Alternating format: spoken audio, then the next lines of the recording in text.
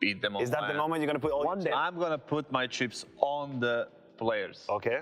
In the Anyone want to follow this? Yeah, man, let's go. Players are doing it. I'm Just like against FaZe, they're going to take down Navi, they're going to take down everyone. Now This is he's their comparing tournament. FaZe to Navi. You see what he's trying to do right It's here? just- He's trying to compare this, is speaking one FaZe. plot. That's what he's trying to do. I haven't lost a plot yet. I'm going with Navi. Yeah, it's 3-1 Navi. Okay. But it's good that we have that on tape. Yeah, it's fine. It's fine. Just push my chips right there. So the first semifinal, Heroic against ENCE, pair our predictions, right? Now I said ENCE is struggling against teams that are playing individualistic CS, and that's exactly what Heroic is doing. So for me, it's just one-way traffic, Heroic all the way. And I've said that Heroic has the similar issue that Astralis had, that it can't make it past top 4, so I'm going with ENCE. That's a good point. Good point. 1-1. I'm going to counter Yanko's point by saying that they at least they didn't have to face a team like ENCE, a young team like ENCE, in this stage. So Heroic, even though yes they've struggled, I feel this is the one time they're going to reach the finals here. I like ENCE, I like what they do, but it's Kassad said, Heroic style is just a complete counter to what ENCE are going to be doing. Like consistent aggression, the individuals, that core 4, apart from Cadian, on that team of Heroic is just too much, I feel, for ENCE to handle. It's very uncomfortable to play against because they don't respect some of the rules of Counter-Strike. Like they'll play a 5-0 setup on the seed side if they feel like that's On a buy round? do it. They'll push you if they don't. Like Heroic are kind of playing their own Counter-Strike, and when it works individually, it's such a snowball that's really hard to stop. So if ENCE is struggling against that, then Heroic's the worst team they can possibly play. I don't think there's much of a debate here. I think Heroic's a better team individually, tactically. They have. This is Heroic's chance to make it to the finals. I think so. I think they're going to the final. Well, Furia and Navi in the second semifinal, they just played at IEM as well, right? And one map was close, but Navi kind of got... It wasn't close, but Navi got it done, you know, as you would expect. And I think at this point, you know, for Furia, just what happens every tournament, right? They make it, like they beat someone, then they come to a really good opponent, and that's where they can't even, you know, really make it competitive. So I think Navi takes this one. Yeah, this would be the end of the line for Furia. If they were to make it in a semi-final against Navi, it would be a great result for them as a team to make it a top 4 here in Pro League. But that would be the Endstation. I agree 100%. It's Navi. I mean, they can deal with Furia's like nonsense. Deal with pretty much everyone. with their own So nonsense. it's like, it's just, you know, I don't think they're going to have any issues with like dealing arts, aggression, and all that kind of craziness. So it has to be Navi. I think so too. I have nothing else to add to that. This is just clear-cut Navi. I mean, I think Furia will have a deep run till here. It's going to be, you know, congratulations, guys. Good job, but you meet Navi. In our theoretical world, in our fantasy, we'd have Heroic versus Navi in the grand That's final. your fantasy, but It's yeah. my fantasy, but you don't want to know what's in my fantasy. We'll leave that outside that video, A right? hotel room in Switzerland. That's a Lord He knows mentioned that. jacuzzis before, and This was all A glass up the of air. No wine. one needs to know. But speaking about banger, this grand final would be a banger. That would be something else. Well, yeah, in theory it would, but then you look at how it went in their group stage game that just was the last game of the group stages, right? Navi Heroic, Navi just completely demolishes them 2-0. It's not even close, it's not even funny, right? And that's not the problem. It's not going to happen the same way in the grand final, which is a best of 5, not a best of 3, but just a psychological advantage, right? And it started since Blast finals in the fall when Cadian said we think we're the only team that can beat Navi, and then they faced them and Navi demolished them, right? Like you also add ammunition to them really in terms of motivation. It's kind of funny how before Pro League, the 4 times that Heroic have played Navi, they've lost all 4 times. And each of those tournaments, Navi went on to win it. Pro League season 14, you look at the PGL Major, you look at Blast World and Fall Finals, they've lost them every single time, and Navi have gone on to win that tournament. Yeah. And this time around, if they want to prevent that, they're going to have to buck the trend. The only way Heroic wins this is like they have like full team performing. Or Simple gets COVID. Or anybody gets anything from Navi, so they don't. Or Boomich has it for like the 10th The time thing in is 2 like months. they need full team to perform, and Navi, well, they don't, right? So Navi doesn't show up, and Heroic shows up. Simple is just enough. But no, they have simple bit, you know, electronic. Just that's enough. You know? And I mean, one of the problems that Heroic is going to have against every single one of these teams is that their upper is not on the same level. Yep. Right? Cadian, a great leader, a great motivator, and sometimes when he have good games, he can get it done. Like it's just enough for Heroic to win some games. But you know, when you put them against your Simples, Zywus, and whatnot of the world, there's a big discrepancy. Like Heroic was always a much better team, than their main offer was, and we know what the meta revolves around right now. So that's always going to be, you know, a hindrance for them. I'm not going to sit here and pretend like Heroic would go in favorite or they would win that grand final, but I think that with Stone's performance right now, the way Tessis has been playing as well, I think they have enough to make it a show. They have enough to make it competitive. Also, it's the best of 5. We could have 4 maps. You know, you push Navi onto a 4th map. Lord knows what happens after that. I mean, the maps is they have enough for that. For show. The maps are where I feel like they could, I wouldn't say have the edge, but like you said, put up a show and maybe take a map, right? Like I feel like Navi's nuke have shown some holes, which is something that Heroic could potentially abuse. If it goes to Ancient, we know how Ancient can be a cruel mistress. It can flip. Just don't pick it against Navi. Just don't pick it against Navi. Float it. Just don't pick it. Float. Okay, fine, fair enough. But that's what I'm saying. Couple of maps here and there, and if all the core of Heroic, everyone really steps up, and maybe a couple of players on the Navi side have a quieter map, it could be a close. Aside from Cadian, Heroic still has a deep roster. In terms they have of a fantastic roster. Like, I agree with you, Cadian is, on a sniper standpoint, is a liability compared to the best ones. But when you speak of Refresh, when you speak of Stone, when you speak of Thesis, these are players I really confide in. Like, I trust them and what they're going to deliver. Match them up with Bit and Electronic and Simple, it's like... I mean, there's still a gap there, right? When it comes to the big if you take Simple out of the equation, maybe. Even like the equation. Like, yeah, just take the best player in the world. Nobody, that's what you have to do. That's what nobody's talking about Electronic, but you know, there's also Bit there. Like the guy doesn't miss. Yeah. We watched these games, me and you as well. It's like whenever you run into his crosshair, you're dead instantly. The guy doesn't miss anything. So it's super hard to play. Many players had like he's one of the most difficult players to deal with in an aim battle right now. So the guy is just a rock for his team, and you have Simple, the best player in the world. It's just if you wanna crazy. If you wanna give a chance to Heroic, go back to last season of Pro League and the semifinal Navi and Heroic played. Like that was the closest Navi was to losing a series, maybe even towards the second half of last year, right? Yeah. So look at that, but I still think that Navi is just too good right now. Navi. Defending champion, they're gonna make it back to back. Navi. And then G2 wins the major.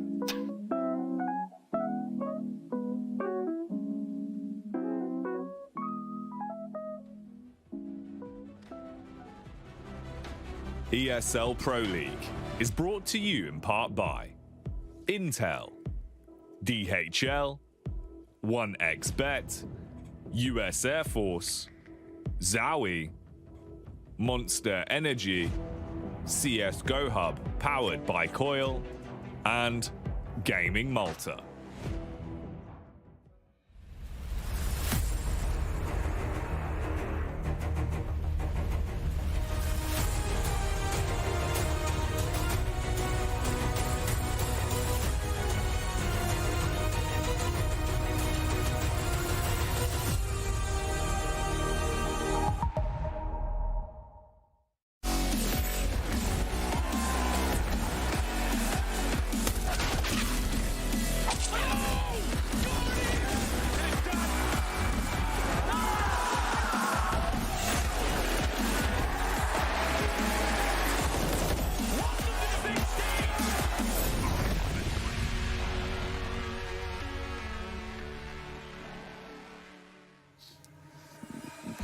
Now we jump into the playoffs, ladies and gentlemen. That's right. It is quarterfinals today, April the 7th, 2022. Today we kick off not the round of 12. We're past that. We're beyond that. We've grown past it. We've made men out of these mice. And I'm not talking about the mouse sports. Welcome back, everybody. I'm Trace, and alongside me, closest is Kassad. A little bit further down there is going to be Yanko. These guys have accolades through the roof you couldn't imagine in your matchmaking experiences. Me, you're probably wondering how I got here. Sometimes I wonder the same damn thing. Guys, how are we feeling today?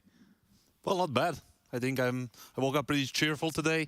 We have like top 8 teams, you know, qualified for the title, right? They're battling for the title, and I have to say, none of these teams like made it here by luck. They all deserve to be here, so it's going to be an exciting day, definitely. Absolutely, and we'll get to see some of the teams we haven't seen in weeks, really. You know, it's been a while since we saw NIP play, for example, right? Furia 2, Movistar Riders not so much, but they had a great run in their group, undefeated, going to play against ENCE in their first game today. Yeah, Movistar Riders not one of the teams that anybody would have put this far into the entirety of the tournament itself, but it turns out they've done just that. So let's take a look at yesterday's results, where in which you won't see any Movistar Riders. They did the thing where they work smarter, not harder, and then they took some off days, and here they are, Yanko. Yeah, and yesterday we had Astralis taking down Entropic in, a marathon of a series, really, right? If you need to take a closer look, this was a super, super nail-biting game, as you can see, all 30 rounds, and even some bonus rounds on Vertigo. Whew, bonus rounds. Yeah, that nail-biting overpass at the end, like it was like really touch and go for Astralis right there. And the second game of the day yesterday was definitely the one that nobody expected, to go the way it did. It was between Heroic and Liquid, and Liquid just took that W right there. Like it sounded like it looked like old Liquid, like the one from 2019. Yeah, and I think it was exactly what we touched on a little bit yesterday in a sense of Liquid has like the better player. Like we saw Elige yesterday. Elige is, I think Stone could be up there, but I would still go with Elige due to experience NAF over any other player on Heroic, most definitely, right? And OC has more impact on the op itself than Cadian does, right? Cadian brings other things to the team, and luckily for Liquid, all those players were doing really well, and they managed to beat Heroic 2-0 very convincing. We were talking about Refresh being the X Factor, the guy who is going to step up together with Storm, but he delivered pretty much nothing yesterday. We have to point out that out of 25 CT rounds that Liquid played, they won 21, so Heroic won 40 rounds. That's something that we never see from Heroic, at least we didn't in the last year and a half at least. And of course, for the social media team over at Heroic, they had a field day yesterday too. Not sure if you guys caught that tweet, but my goodness, what was it? We're excited to play Captain America again. Great to have Nitro back in CS. And then as it turns out... You want to do over in that, Chase? We are excited to play Captain America again. There you go. Okay. What did I say? Captain America again. Exactly.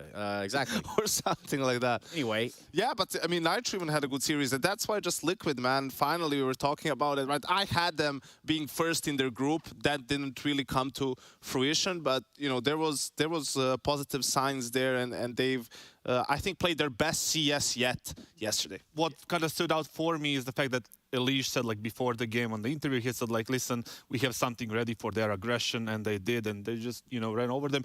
And we gave them a fighting chance in that content piece we did, and, they kind of proved us right. Such a fighting chance that you put Heroic in the grand finals with Na'Vi. But anyway, you know what? We're not pointing fingers around here. It's not necessary to do just that. It is necessary to talk about the quarterfinals upon us, because with 2 days of that, Kassad, run me a little bit through the bracket up to this point. I know we've been kind of catching people up on where Liquid's winning and Movistar Riders. Well, we mentioned that the fact that Liquid obviously won yesterday. ENCE won against Fnatic relatively easy. There was a one half that Fnatic kind of played over the course of the whole match, and ENCE was just, too good for them at that point. Astralis, we said yesterday, nail-biter in the 3 maps. And obviously the biggest surprise for me, and something that Yanko would like the most, is the FaZe beating players in a 3 map, 3 relatively comfortable maps for the winners, right? Everybody won their pick, and then the last one was like 69 to FaZe, relatively easy, and they set themselves for the quarterfinal match against Na'Vi, as you would say, finals before the finals. Oh wait, here we're gonna go down that road again. I stopped right there. Finals before the finals, before the semifinals, and then the quarterfinals, and then Kassad, somewhere in the finals. Are you okay? Hey, nonetheless, what matters at this point and what's going to prevail are the teams with the experience, Yanko. And I'm looking at the idea that having playoff experience, having just experience at this point in a tournament is a big deal. Yeah, absolutely. And that's the reason why even we would give a fighting chance or a little bit of an edge to Liquid in their game versus Heroic, right? When you look through some of these quarterfinals, you're going to see some discrepancies. Now, this is all the players on the team combined LAN playoff experience, right? So you can see Movistar and ENCE, that's going to be pretty even, right? Both teams not really having super experienced players who've made, deep runs, so there's no surprises there. That's Movistar who played the major, right? Yeah, they got a lot of maps under their belt there, and they're also a team who didn't qualify for the next RMR. Meanwhile, on the other side of things, there's your team Liquid, right? Like, even with a player like OC on their roster, who obviously hasn't had much LAN experience, that's still double the amount that NIP has, and on NIP you still have, Raz has been around for a long time, Plopsky so-and-so, right, your Astag, so there's a huge discrepancy. And you have Nitro there, Naf and Elish who are just... And Shocks? Well, Shocks, yeah, definitely, and who are bringing these numbers up to 320, you know? Yeah, 320 to 154, and again, that's not just for those individuals. Look at this, though. Would you look at that? Holy moly. I'm surprised that Furious is so low, but I guess that's mostly because of drop and safe, right? I mean, probably, the core, yeah. I think actually, it's, you know, 70 of those playoff games are in the core of Furia, but the other side of things you have. I like this that you put blame on this picture because it literally is like he's there as a bullying presence because of how much experience. Yeah, definitely. Has. I mean, Pain and Furia Academy didn't have too much LAN experience. You know, it comes to this only this core of Furia players. This is like maxing out attributes on, say, FIFA or one of the other two, and then you have 299. Oh, look at this one. This is this is an interesting one. This is the weirdest one. You know, Navi, who is like, you know, the best team in the world right now, major champions, you know, right now everybody is considering, you know, them to be the best, and they're playing FaZe, and they have like 155, and then FaZe on the other hand, who has a lots of experienced players. You know, that's a team with massive LAN experience, but you would think that this difference would be a little less, right? Yeah, exactly. I was a little bit shocked when I saw this as well, but then, you know, you take into account that Bit is a rookie, or like in his sophomore year, but as a rookie, there's still online tournaments. Perfecto. Right, Perfecto, same. Boomich is a little bit better. I mean, even Electronic, you know, he's here for like, let's say 5 years, but, you know, you have players like Carrigan who've been around since the start of CSGO, so that also gives them an edge in that department. I think the important thing as well for, you know, Liquid, FaZe, and especially Simple and Electronic is their LAN playoff games are also deep into the tournament. It's the big events, it's the main, it's in front of the crowd, right? So that also adds a little bit to Correct me if I'm wrong, Boomich is like back from 2019 when he was playing for 18 QBF. QBF, yeah, Quantum Bellator 5. They managed to get the champions, you know, status. Yeah, that Boston, they made playoffs in Boston. Yeah. That was a wild sort of scene. And now we played them in the first round there. Oh, man. And even when we go further back than QBF, you think about the Shark memes. And that's also the, I don't know if you remember, Trace, but that's the game where FaZe was up 15-11 against Cloud9. And oh, my God. Oh, yeah. No. We're supposed to remind the audience that FaZe blew a lead. Anyway, not doing that. What we are going to do is check in with our commentators. Reality. The reality is that they are ready to talk to us. Goes gravity. I think so. Are they over there? Alex, Chad, hello. We are here. We're hanging out. Pretty loud and clear. Yep. And the weather looking... International Trace Station. It is pretty spooky over there, actually, isn't it? You know, the fact that they've got a background, but they don't. Where are they actually? It's crazy. We just don't know. They're in space. Yeah. Of the green This is variety. real, though. This is real. Look. We can touch it. Interactable. Yeah. Interactive. And speaking of interactive... We like interactive stuff. You see what I did there? Segue. Yeah, that's what it is. And I'm not talking about that machine. Machine. Okay, this has gone well. Let's talk about Discord. Yeah, look... Because you can head over to esl.gg/fancam and we can... And we're on it, actually. There we are. Hello. And there's a gentleman in here. I'm going to unmute the mic. He was talking to me before. He's called Deadshot. Deadshot is in the cam already. Can you hear us, Deadshot? Well, I don't know if the people at home probably can't hear him. It doesn't matter, but he can hear us right now. And if you want to join the fan cam, well, there he is. There he is. There he is. He's already in the fan cam. So if you guys want to join that, esl.gg/fancam, you can see it on your screens at home. And he's loving it. If you want to join him, if you want to join us, if you want to have some fun, there's no crowd, but we can make a virtual crowd. And it only took us 45 minutes to explain Discord to Chad. I'm learning. One step at a time for our little baby boomer. But you guys will probably work it out in 5 minutes. esl.gg/fancam. And that's all from us. We're going to be casting this game. Movistar Riders ENCE is coming up shortly, but first, let's get those smart boys back on screen to talk and break it down. Thank you very much. Going to. Back when I was there with MySpace. It's going to us. He said smart guys. Did he just say MySpace? What planet are you on right now? Hey, nonetheless. He was struggling with fun, Discord. though. I was like on MySpace. It's a physical thing behind them, but then they're on the stream and they're on Discord and Chad is holding a phone, and then behind us is the green screen. So where is he really? Nobody knows. Where are the fan cams? The fan cam's right here. I actually just joined myself just to kind of take a look and show everybody how green it is back here. Speaking of green, look at Kassad, nonetheless. Yeah, fan cams, live, lit, the place to be for us. Plenty of things to kind of go over before we get into the game, but as it stands, I think that's about where we want to head with this one. Quarterfinals on the plate. Absolutely. Trace talking about green. We have two teams green when it comes to playoffs, right when it comes to big games, so we'll see how they square off against each other. Yeah, let's Don't go anywhere. That. Don't go anywhere. ESL Pro League, Season X, caramba! Ay, caramba!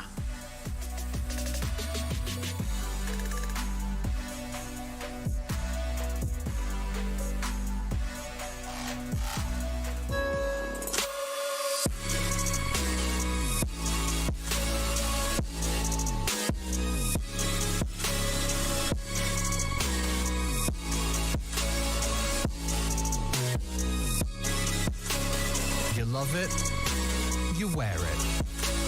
What's your style? Get your merch at shop.eslgaming.com.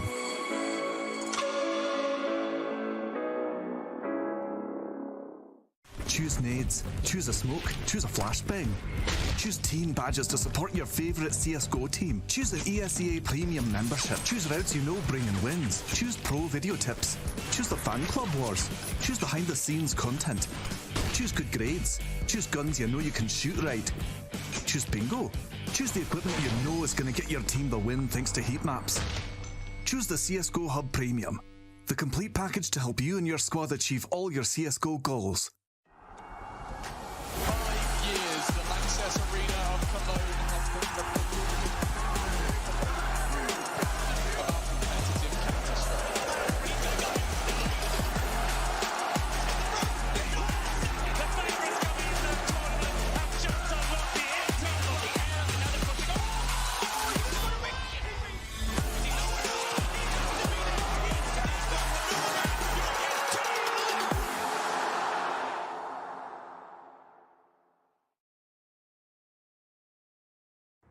Guys, listen.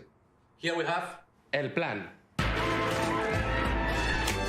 Smokes to Mopoth, buy flashes, flash Mopoth in the smoke, and Mopoth, go kill. Any questions? Okay, so basically, I'm gonna die. What happened if they expect this plan? Here we have the B plan, the Spanish Inquisition. Fear, surprise, ruthless efficiency, and a nice blue uniform. They will never expect it. Hey, there is someone filming us! Let's go, guys, let's go!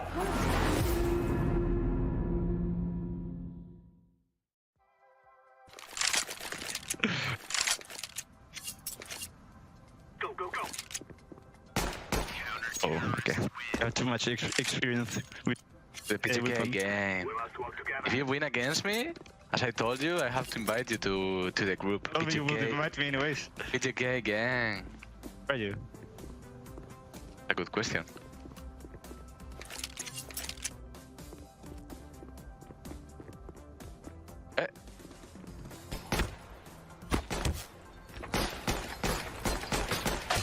You're so well. Yeah, you didn't hit me once. So. Let's get this done.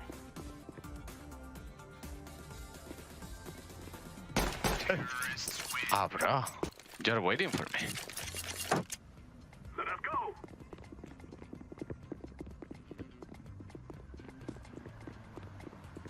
Hey! Counter-terrorists win. I was below you. Let's go, my brothers!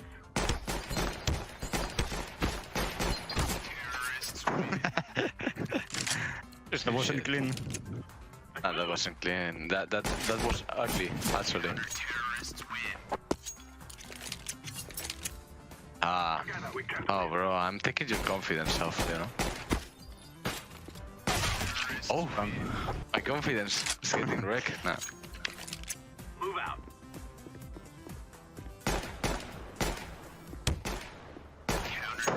Take it! No more talking. Now we fight. Ah. I have no idea where can you be. Pick me! Where are you? Pick me! Come on!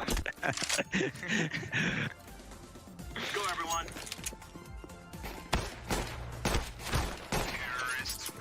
Oh, Out of the comeback. I don't think so. Looking. Oh, he's...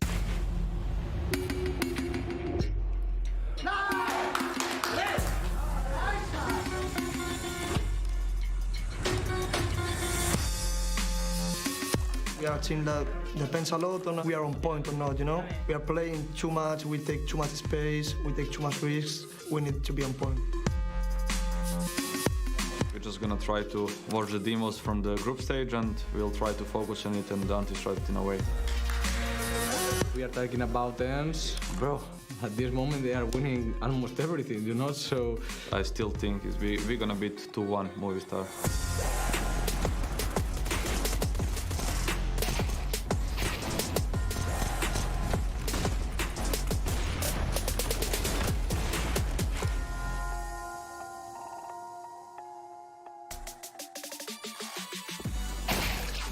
Oh, yeah, I like that nice little cush sound right there as we're getting started. Whooped it. In my silence, it's this movie, Star Riders versus ENCE. There we go. We finally got there at the end of the day. And that's what matters because it's the playoffs. And Kassad and Yanko and myself are ready to walk you right into it. Guys, right out of the gate here, two teams that not a lot of people put a lot of stock into. I think ENCE obviously the more of the risen stock than, say, Movistar Riders. But you can't underestimate them now. They came through the groups. They made sure that every match was almost a three-mapper. For the side of Movistar Riders. So the way they qualified was just impressive. You know, like you said, it was 2-1, you know, against most of the teams, but 5-0 in a group with outsiders and Liquid, Big, Godsend, and who was the Farty astronauts for the 6th team, and just dominating. What is it? Nothing, man. Dominating the group and managing to secure the quarterfinals right there is just something amazing.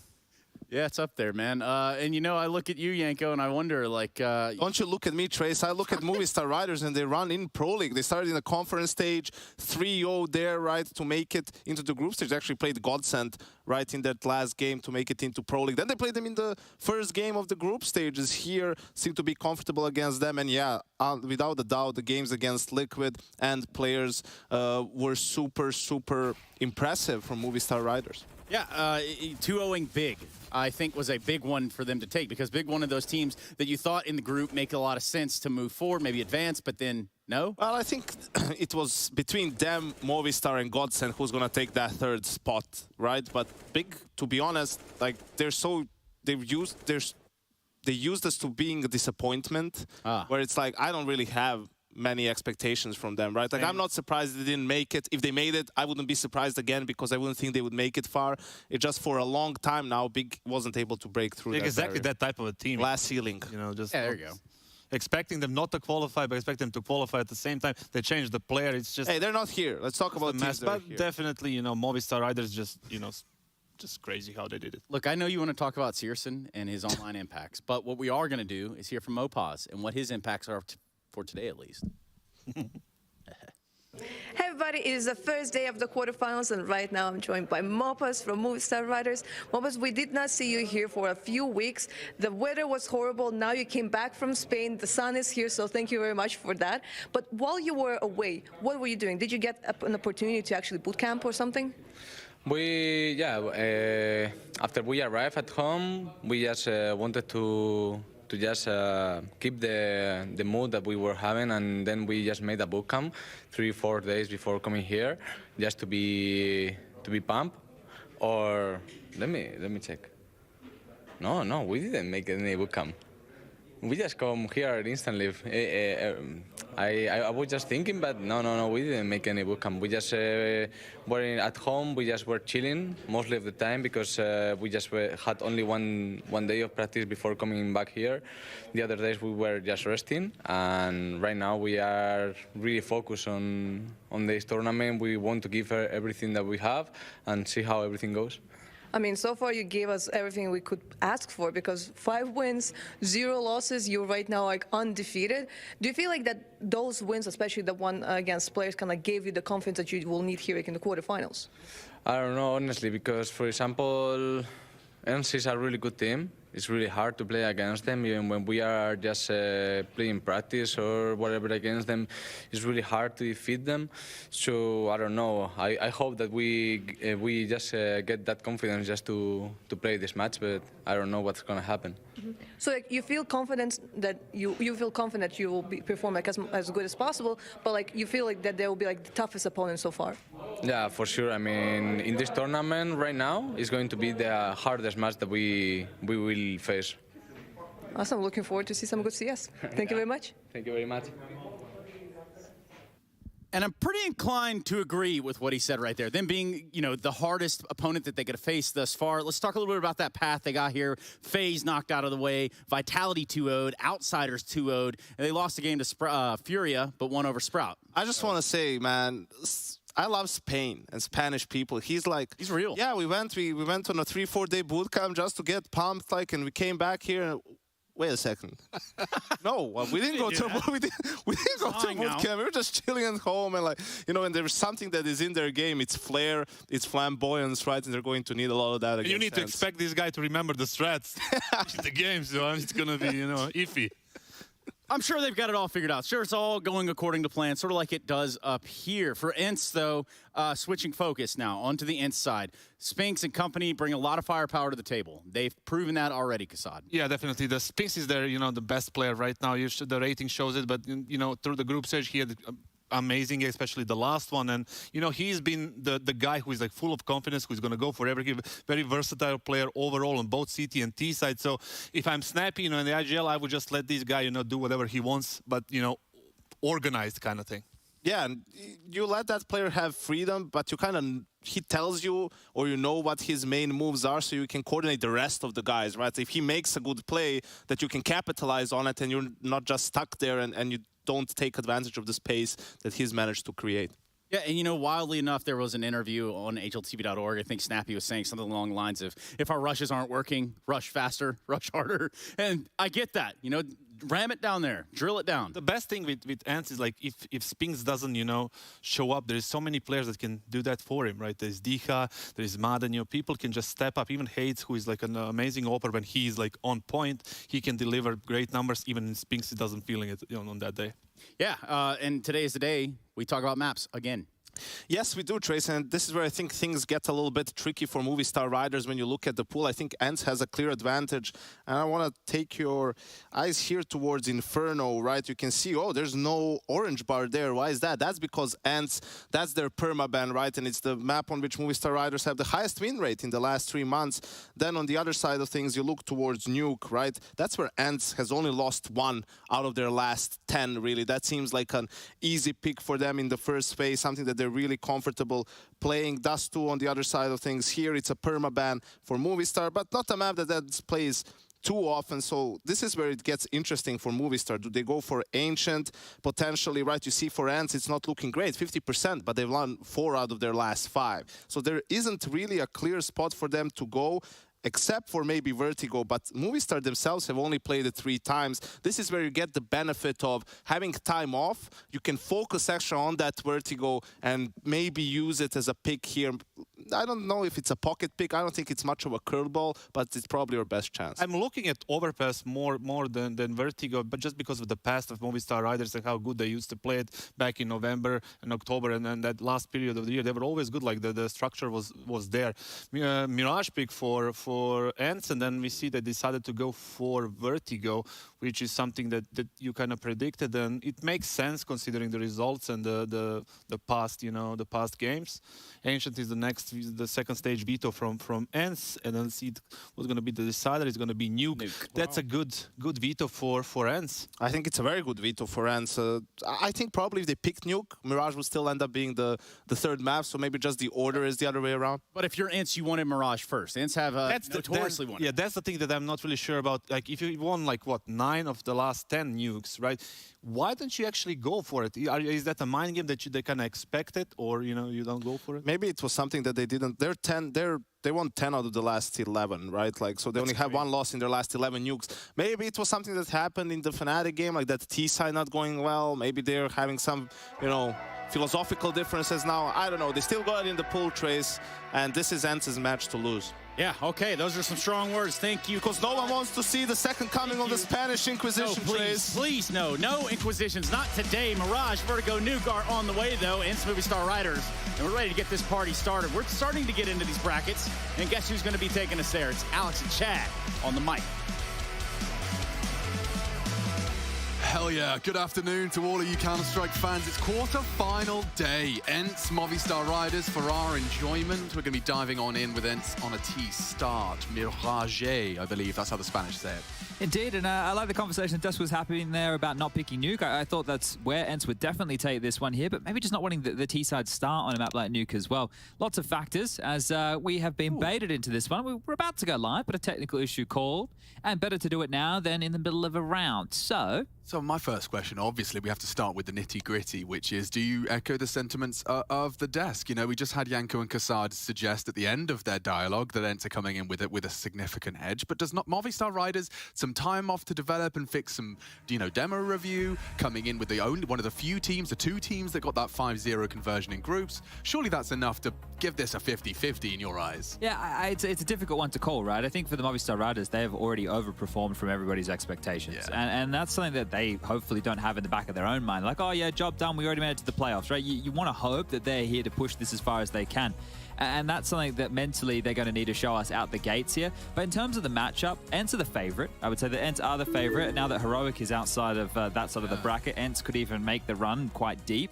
So I think that the question mark is for Movistar Riders showing that they can compete against some of the bigger names, right? That's key right here in a playoff environment. And for ENCE, we've been talking about it for them. This feels like a necessary win if they want to start cementing themselves as a threat within the top 10. Well, what's even more impressive by ENCE is the fact that this is the third back-to-back EPL playoff they've managed to They like it here. Get themselves to. So yeah, here they are. Familiar territory for them, not for the Movistar Riders. Let's get this party started. The break has concluded. We're ready for our pistol. 1xBet odds are favouring ENCE here as those favourites we just discussed. 3 towards A. Alex searching for info mid, and well, Mopos is tasked with holding on towards the B bomb site. Okay, well, you've got a nice setup here. Should be able to deal with this execute enough bodies. Yeah, it's just a question of execution, and Death is going to be the first to fire a shot, and successfully, Two have already fallen from the ENCE commitment. Diha distracted, still claws it back. Diha's double is big, and now Death's on notice. Run down, Hades should have this, doesn't have any help. Diha down and out through the gap in the smoke, and Spinks, yeah, finished off. That's a huge round out of Deaths. 4 frags, just sitting on CT. Yeah, massive stuff from him, and it could have gotten out of control because they killed the sleeper cell, right? That was the under balcony player and the firebox player right there on the way on in. And those players normally want to allow them to scale on up because Deaths is making it look like it's a standard round where you would have one guy ticket playing retake. They're actually get mowed on down by Diha here, so Deaths has had to do an awful lot of work. 2 crispy ones out the gates, and then follows up through the flash onto Hades, and the final kill of the round onto Spink. So a good start, denying the plant, but ENCE, they're going to go into the 4 spite. Eagles for everybody, light util, smattering the purchases. That does seem like an idyllic CT buy, doesn't it? You've got lots of heavy util on Mopos if he does want to repel anything quick. Deaths, Alex, responsible for middle. Now, there is one way to bypass his M4 in middle, and that's exactly what they're doing. Hades will get the info and ward off Alex. He won't be willing to contest. Yeah, decent amount of damage there, down to 72, so scary stuff against the Deagles now on the repeat. Deaths also on notice from this triple box position. We'll smoke off towards ramp to buy him a buffer, but Connector's coming and... Ooh, scary. A bit jarring. Oh, it's no longer scary. In fact, he actually looks under the bed and grabs the baseball bat straight to the monster's head. Diha in a little bit of jeopardy. He does have the bomb on his back, so with the loss of Hades, he can go wherever he wants, and it seems like he'd like to head straight onto the underworld. This is a great start from Deaths, right? He's normally one of the more supportive elements for the Movistar Riders. We talk about Sampaius, Alex, and then Mopos, the absolute madman, and the maneuvers he gets away without armor within this game. But we're not awfully...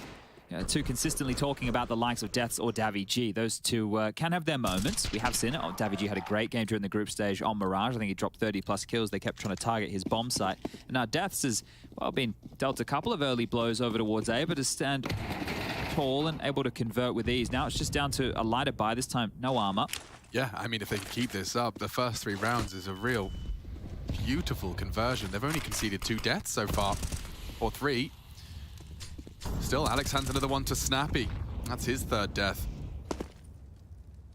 Yeah, they haven't had to go for an awful lot of upgrades here. If they keep everybody alive right now, they can rock these MP9s into the next round to play. Mopos is having a look, not seeing a whole lot as they just postured towards top mid. Smoke's fading, and Diha, the only one to find any damage so far. It's a pretty solid setup. With Mopos just crawling short now, Sampaius, who he'd love a couple of SMG frags. Of course, his teammates can purchase that AWAP for him. There they are. A couple of extra cash injected in. Diha just hitting the lovely headshot onto Alex. But with the bomb loose, he's going to go ahead and try his luck. Nice one for Mopos. Another $600 in his first frag as well. And they retain that M4. So right now, it's likely to see them given AWP over towards Sampayas, or he'll buy his own. Either way, the two MP9s can operate here on Mopos and Davy and Alex and Deaths can continue to rock out the M4A1S. But the AKs on the other side, that's where the story is all about. It's about to get into their first gun round. Now let's see how they want to operate here. We know when they played Nuke against Fnatic just the other day that the first half got away from them. They had to pull up their socks and have a lockout CT side. Yeah, I think ENCE's CT sides are just generally quite intimidating. Gap on the smoke for Sampayas. He's got the moves required. Flash is usually destined for this position, and it does look like one's got him booked. Space taken quite aggressively. Snappy partnered up with Madden. Sampayas to be boosted to try and clear out this connector area, and oh, an opportunity goes awry. They're leaning B quite heavily, and Sampayas has been caught out. Snappy straight through the window and now behind the entirety of Movistar's line. They have to count on Davy G. If he could get another, that would be ridiculous, but ENCE's frags have come through, and a save likely for the rest of these. Deaths and Alex just sitting on the A side. Yeah, good play from Snappy right there. Right, getting through the window, being able to open things up. A big frag to make, and then they just bully their way on towards B, trading efficiently, keeping 4 alive, and they don't even really need to hunt this one on down.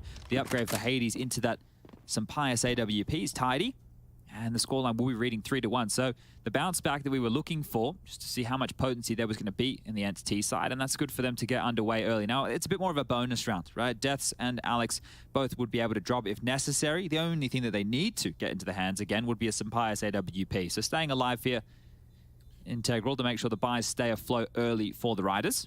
Just because you're a bit of a Counter-Strike nerd, okay, let me see how close you can get to the actual answer. We'll look it up after. What do you reckon in a Tier 1 official match is the longest someone's gone without dying? Oh, didn't we have a half? Didn't we have a half where someone got like 23-0, or am I just absolutely spitting nonsense? In a Tier 1, that's a curious question. Yeah, I wonder what the highest, like, you know, immortal scoreline is. I feel like 16 would be pretty probably solid. Realistic. Yeah. You know, like you get like a probably ace on the anti-eco, you get 2 maybe. You could have 9-0 very quickly. Yeah, in a Tier 1 game. I think something in the teens, in the high teens is probably likely. Remember we played a game, now this is not Tier 1, this was like Aussie Counter-Strike when JKS was part of my mob. And he had a game where he just didn't die. Just the whole game? Just didn't die. Yeah, right. The entire game. Like, I think we KD. mauled them like 16-1 or something ridiculous, right? But it goes an entire game just without dying. I'll check the chat as well, see what their guesses are, and then we'll have someone smarter than us work it out. But Header's probably watching. Someone says 70. Come on now. 70 kills no, without dying? Jeff's only having a... Come on now, He's having Jeff. a laugh. Double orbs, instant response here, and a timeout was called. The Riders getting back underway, and I think they want to shut things down early with these big greens. There's a lot of emphasis on closing this one out with a double orb investment early. ENCE were quite happy with the space they managed to find and manufacture towards B and short. Davy G deployed would be the word I'm looking for, toasted up on the apps. Pressure into mid. Let's see if Mopos can handle it a bit better this time. He's just going to be responsible for the short wrap. Yeah, Mopos is the type of guy to get up with some mental plays, so I'm sure we'll see more than a few of those here today. He's also more than happy to sell his team down the river to convert around. Davy's gone down with that AWP, the secondary investment dead, and Madden right now up close and personal, has the duel, knows where Mopos is, but wants to back on off. Oh, you've got to be scared if you're Mopos now. Window smoke arrives, you're known. They can go wherever they desire. D has already killed that B solo. And now another orb rattles off. Oh dear. Movistar Riders very hot under the collar now. Yeah, Mopos felt caged and he had to make a play, but it's Alex's turn now, and ahead of the smoke is going to be Alex tucking under the line of sight, gets the opening frag and maybe stalls out this B push for now. What's the bomb? If Sampayas was to connect that shot onto Snappy, we could have had a round instead. Things will slow on down. And Deaths again, well, the Immortal, this time unable to contribute twice. That is difficult, right? They've just walked on into their death in multiple occasions right there. So starting to hunt. If you take a look at the radar, top left, Snappy coming in through spawn, and, well, Spinks the other. They want to find Deaths. They want to make sure they can take away this M4. He has heard Snappy's position and should be good for one. Now it's about getting away. He's not going to be ready for Palace, is he? If he goes that ramp, he might survive. It looks like he's working it out. Because the thing is right now, Spinks can't make any sound cues because he'll give up his position and he's going to take his time. The bomb halfway ticked.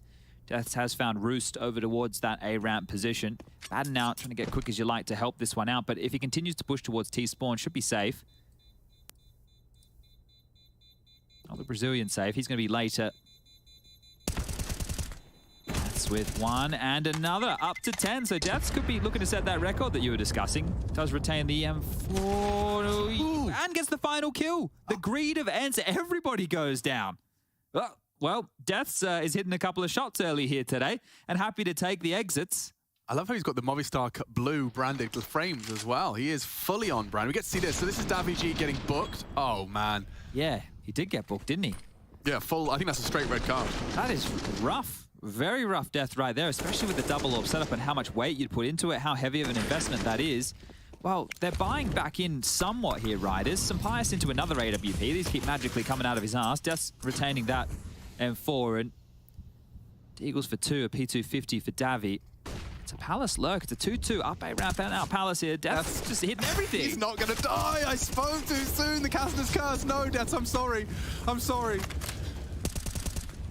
All good. He backs away. They have lost A. Bomb through Palace. They haven't committed. And Madden is still the unknown entity. I wonder if that's going to come around later through Underpass. Oh, look at Mopos' flank, though. There's a flank on a flank right now. If they don't account for Mopos coming on through, this round could fall apart for ENCE. Remember, everybody died, and they won the previous.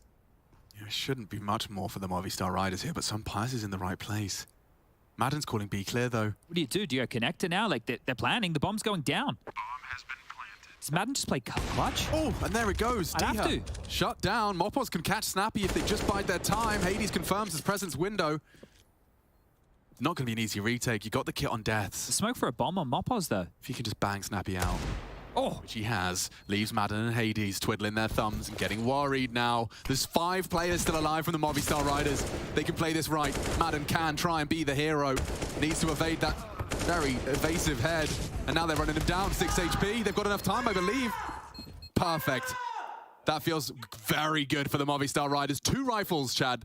2 weapons. The rest Deagles. And they leave with the 4th round. That's ridiculous. You can hear how much that means, and that's a massive round to win, right? That is a huge round to win right there. I cannot believe they're able to pull that one off. Such a passionate in-game leader is Alex as well. I can't believe that Deaths gets that first kill. They continue towards A. Madden calling B completely clear. Like, you have to know that the other players are close, and they're just getting pulled apart here. So the Riders actually giving enough room for ENCE to hang themselves in that one, and they can buy back in. The bomb does go down again. It's a Galil for Hades, so no AWP. The financial woes for ENCE quite early. That's a troublesome round to lose right here. Well, yeah, I mean, that just gives the control right back. ENCE, it looked like they were just about to seize control of the reins, but taken out of their hands. They want to try and punish this B bomb site here, and this is where Davi is holding. Now, last time a team tried to punish him, I think it was Godsent. He was able to pummel them, and that is a nade and a half right there. Madden and Diha softened up to about half HP. They're coming in.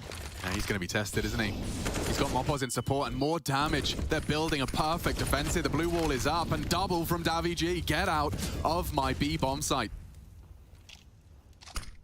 On the reload, surely. That smoke is only going to favor daviG. He can mantle at any time, and that's if they don't fall to Mopos. Another frag found.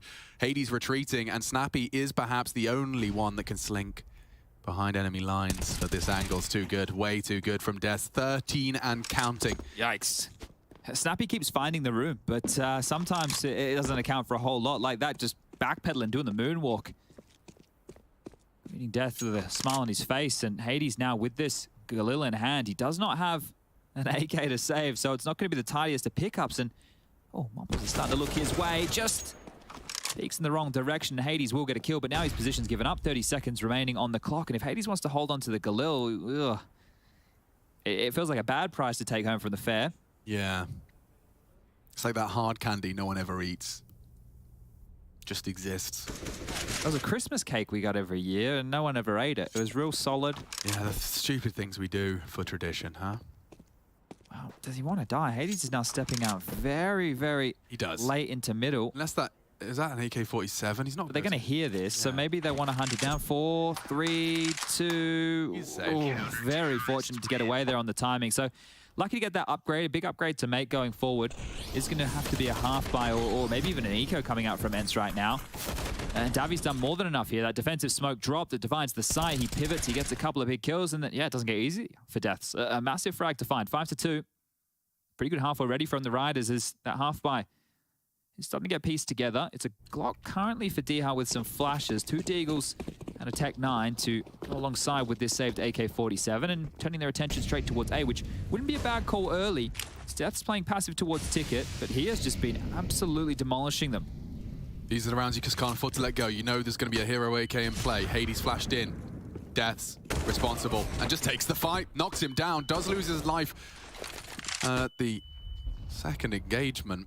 Diha does catch that nade and spotted on the retreat as well. This has been handled.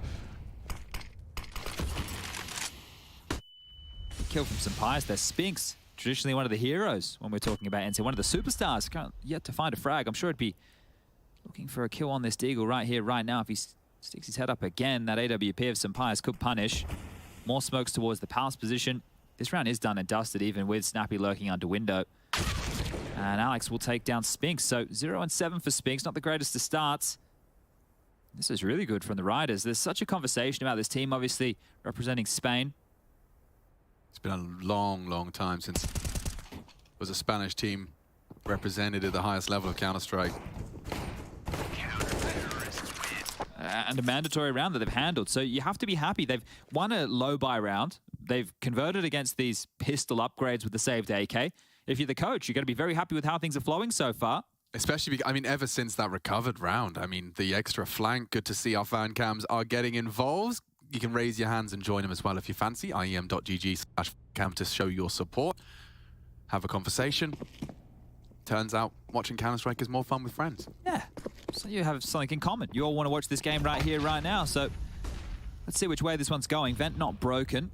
Mid control taken. So if there is a window boost, it means Snappy can't go around the back lines here towards that B bomb site with ease. Bit of a whiffed molly. ENCE kind of just stumbling their way into these openings now. Definitely feeling that pressure. Already 6 in the bank for Riders. Diha, he's done it once. Could he possibly do it again in that opening duel? He's so good for it. Mopos this time feels his wrath. It's actually a big scalp to take.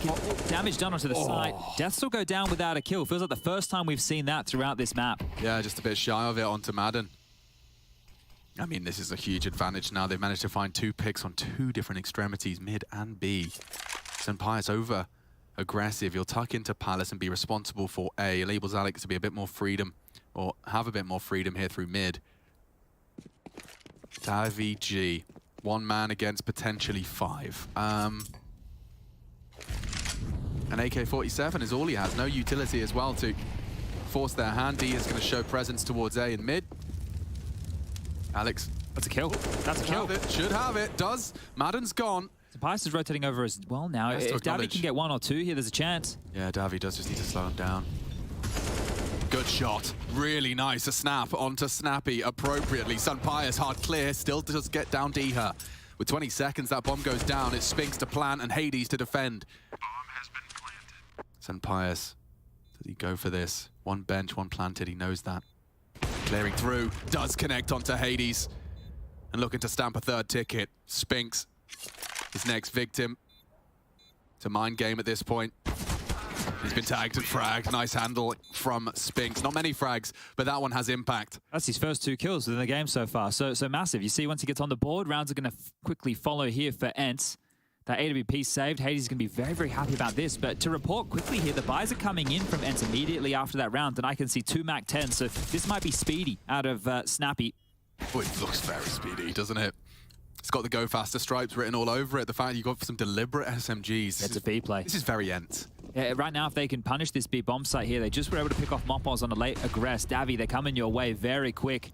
Mopos should hear that unless they do hit their walk keys appropriately. Oh, he heard it or saw them. Drops his panic smoke, already being run down. So much space. Jumping through, taking space and heads, and ENCE kick down the door and stamp and plant their flag. Oh, yeah, well, Trace referenced it, right? That interview with Snappy on HLTV, if you want to check that one out. But want to find the direct quote here. We always talk about the play style. We always have a bit of a chit-chat at how enjoyable some of Snappy's T-sides could be. He said they have a joke. We'd like to say, if rushing doesn't work, rush faster. So you see a little bit of that right there. Just quick as you like, out onto the B bomb site. That space was taken so quick because Davy wants to drop that divider smoke, but they were past it. They were already in his face. They were what is up.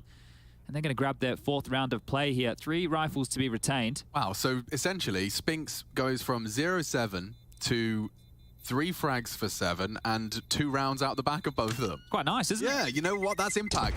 In terms of conversions off of your frags, he opens up onto B, running through that divider smoke.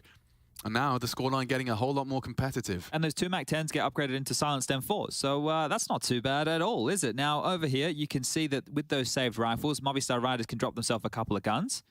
they can make sure that they have a full buy. Is that a Frisbee collection or was that just a multicolored plate? I think they call them discs in the industry, Alex. Oh, excuse me, was that a competitive disc collection? We might need to get Dust on the line to check that one out. I know Trace has a direct red phone. Oh, look at that disruptive molly. He's actually given himself vision.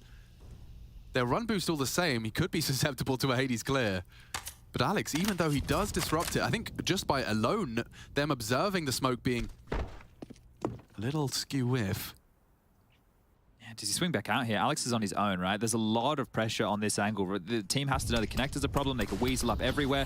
Tries to pivot on the timing of the smoke. If he actually followed through with that grenade, it could have found a big chunk of damage onto Snappy and Diha. Madden now working up Cat. Diha and Snappy trying to set their sights on connector, and pivoting back with the bomb is Snappy.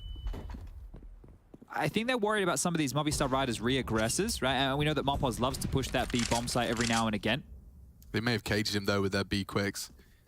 Alex lost his head. Madden, big opening frag. Look at the radar. Look how split up the defensives now from the riders. 2 on A, 2 on B. The mid corridor is completely free for ENCE, and that shot felt free for Sampayas on the peak gone now. Diha can't get it done, but Madden with the trade, and now all the pressure on the AWPer. Yeah, Death's good for one on this engage. They're coming in for the plant. Snappy very confident in getting that one down. He knows only potential from CT. Mopoz has caught Hades in mid. Not going to be easy to break back through despite the 3v3. Spinks does meet the AWP bullet, and just as I say that, the bodies are dropping. It's only Snappy. He planted. Awkward position to find himself in here. Just going to have to stick on this duel with Mopoz. Mopoz gets the info safely. Now that's his cue to get the hell out. Bomb is ticking, and Snappy catches the bullet. Sampayas does manage to close the round eventually. Oh, okay. Well, maybe overstepping the mark in a couple of those fights there, because the riders sit back and they deliver, and they're going to get up to 7 now. The plant was good. It's going to be a bit of extra cash to ensure an ENCE buy, but that's a round that looks very, very good until it didn't, right? Yeah. You get all the space, you get into the site, and then it drops the ball slightly. Now, going to be taking a timeout here. This was a shot, right? This was Sampayas. Now, that miss didn't come back to haunt them. I'm sure he would have been feeling a little bit like a goose if it did. But that's a great shot onto Spinks, isn't it? Just the gap of the head picked on off, and aware that there's only a couple of places Snappy could get to. Sandwich or back towards Tetris. And this was after the kill on Alex, the loud leader right there in the middle. Yeah, he definitely likes to make sure his team know when he's satisfied with a round. And well, you would be satisfied, wouldn't you? 7-4. ENCE at times have shown bursts of brilliance and definitely getting under the skin of this defense. But if they can close this out, if they can get closer and closer to the 1 out half, a single round would do it. Everything else gravy, but full buy for ENCE. Now, saw the coach right there. You could see there's a couple of these moments where you'd be like, all right, boys, let's tidy it up. Let's keep it a little bit tighter here. I'm sure that was probably just the conversation to have, because their approach hasn't been bad. Alex up and out the window. He's going to make it down towards that underpass position. Mopoz lost in the smoke, and a defensive smoke placed on out. Oh, Alex goes down again. First death for Diha. And another one falls. Madden with the second in the round. Can they really recover this quickly? It's a late trade. Madden gone. Diha known. Davigi opts to push aggressive, and it's always a funny mind game in the apps. Oh, Davigi, he's going to be sticking out. They're going to be kissing in the smoke, and quick adjustment from Davigi. He's made it a 3v3. That is massive right now. There's real problems for ENCE to operate now. They had a big advantage. They actually had part of the map contained, but Davi's aggressive. How aggressive? Is he going to push forward? Is he dropping on back? What is he doing over towards the B apartments? A minute on the clock to ask and answer all of these questions, but Spinks still perched up towards Palace, is about to have reinforcements. This smoke achieves nothing. Absolutely nothing. They cleared mid as a unit. And now they're grouping for an A take. Now, the question will be, is Des playing retake? Well, he's been great, hasn't he, in terms of when they've hit this site. He's just been able to deliver from ticket time and time again. And look at the Mopoz rotation. Scoops up a Molotov late. That could be instrumental with 40 seconds left on the clock now. They're starting to creep on up ramp. They could be out. He knows that. Hades is posted up now. Mopoz on a timer. Ahead of the flash. Oh, he didn't spot it, but swing out, and Spinks is in. The entire ENCE squad committing. Lost his duel. Bombs loose.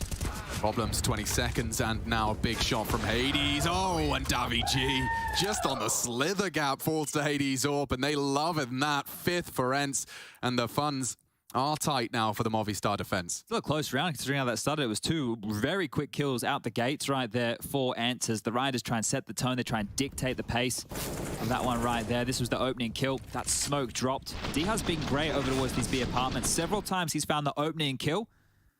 He goes down to this little smoke maneuver here and, oh, hello, I can see you, says Davi G. Back in with a broken buy. MP9's Famous alongside this M4. And a shot from Sampaius is strong onto Snappy.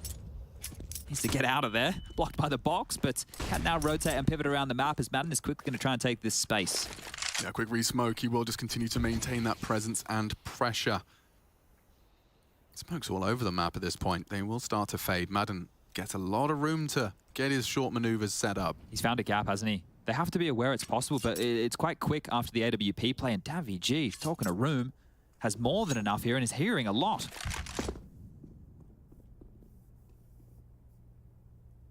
Hades going back to T-spawn and has been fully heard. Look at the setup, look at the map. It's very occupied and he's even working on a very speedy flank. Oh, Diha, with his knife out. With his knife out and the bomb, it doesn't get better for the boys of the Movistar Riders. He can just pull the plug, get out of there. And now they're in a very scary hot box. Madden is taking B space, but how is Hades supposed to get there? They have to allow him to go for a flank here, and I don't think Mopos spotted him, but Madden's not looking. If he pivots on out, this should be a free kill for Mopos. Moz does address it. Madden's gone, and now ENCE really are in a tight box. 2v5, what are you supposed to do? Save, I think, is the call. Hades' in-game body language tells a lot about that as Movistar Riders. They're going to pick up their 8th round and secure the win on the half. Maybe some more damage to be done as Deaths is flirting with the idea of some aggression with this MP9. Would love to get his hands on something a little bit juicier. Love that for Davi G as well. You know, this is the bomb site where he's been having to do a lot of work, a lot of dirty work. This time, he doesn't get any of the same sound cues he's used to getting and takes the space immediately, leading to info and potentially the round. Which is crazy to take that type of a fight, considering how much we've been talking about Diha and how he's just been locking down or finding openings over towards the B apartments. But there it is. Round secured, and ENCE, they have to operate with the 2 saved guns and about 3.5 the high end. And I believe Madden was on the low end here. He's actually gotten dropped across an AK. Snappy is going to find himself with a MAC-10 in hands and a Galil ball up for Diha. So the buy looks better than it could. Util is one of the qualms here. I think that Hades can buy a bucket load and another timeout called. So an opportunity for Saw to get them up to the 6 or 7 mark just before this half subsides. Remember, this is the map choice of ENCE. Coming up next, Vertigo. I'm curious to see how that one goes down. And the third, if we do need it, will be Nuke. We have 2 quarterfinals today. Yeah, I seem to recall ENCE as well. Like this, they've been in scenarios like this before. It was Fnatic with an 11-round defensive haul on Nuke. And still not enough with a response from ENCE when they do get over to that defense. They can really build up crazy comebacks in consecutive rounds. Movi, everything is a bonus here, but 10-5 sounds a whole lot better. Loss bonus for either team in the last round of play is going to be fairly terrible, to be honest with you. It's going to either be 1,400 for Movi or 1,900 for ENCE, so you can just see the back and forth nature of this game that we've had. Sampaius posted up towards window here, can retain until the cat smoke and window smoke follow. Very B/mid centric out of ENCE, nothing towards A early, and they're trying to take this space mid. Snappy down with the MAC-10.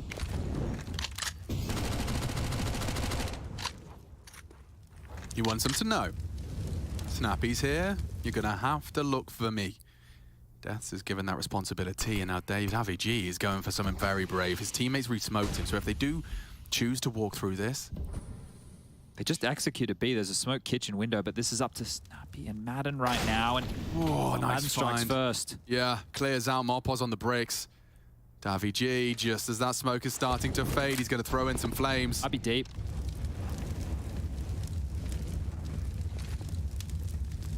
ENCE can go anywhere with this. Diha is a real demon into these B entries, and Snappy's got the rotate completely cut off. Underpass to A would be nice here. Oh, Snappy lets it slip. Good catch. More. Knocks him off of the tool table. Jess is hearing this. He's working it out. Spink's so loud, stampeding into the site. Hard clears for him, and just as he looks away, Deaths pulls a 17th frag out of the hat. Good damage and a nade for Hades' name. He lives on. 3v3 here, time-sensitive mission. We do need to see a plant. Madden responsible for it. Can they contest it? The answer is no. Hades is perfectly placed and positioned.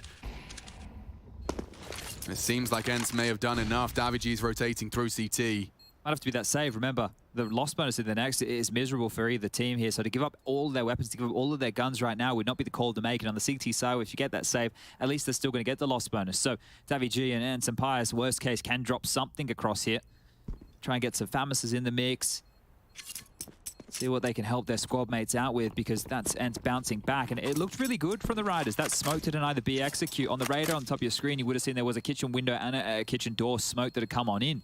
But the smoke of their own had negated a lot of that space. It was all the room taken by Snappy and Madden, who having a breeze, just walking up catwalk, walking up connector, and constricting these rotations. I think if you compared the T-halves of Snappy and Madden, you know, they're playing a different game. Snappy is just getting BS'd on multiple occasions. He did, of course, struggle to finish the job, but Madden's getting people with their back turned, stationary, and he's always getting the space up short. Isn't that crazy? Deaths has 17 kills now. He is leading the server by a large margin, and most of that came in extremely early. Feels like they've been avoiding his bomb sites a little bit more so, especially in the early round. In the late round, we see him finishing A. Yeah, I think the takeaway was, okay, he's hot, boys. He's hot. Let's try somewhere else. And so are the Spaniards. 2 up through the ladder room. Well, I guess if Madden keeps taking this space, this is one way to lock it down, right? Make sure there's 2 of you there. At least you can trade worst case scenario. And he's coming again. Snappy and Madden working mid. Madden's been loving it. Snappy too, to be the supportive element. And Sun Pius, has actually taken down 1 on A. They're going to walk through this. Oh, Deaths may not be prepared. He's under Balk. Sun Pius doesn't have the info either. Barrel could be the end of him, and it is. Oh, Death's cooked. Spinks with a double A site entry.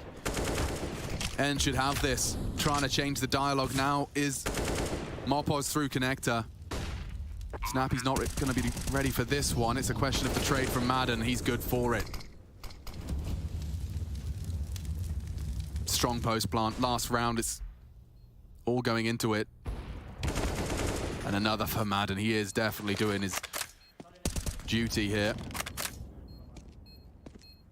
No time for this. 3 to find. daviG, the B defender, late on the retake, and no one giving him a fight. Absolutely no one. It's frustrating.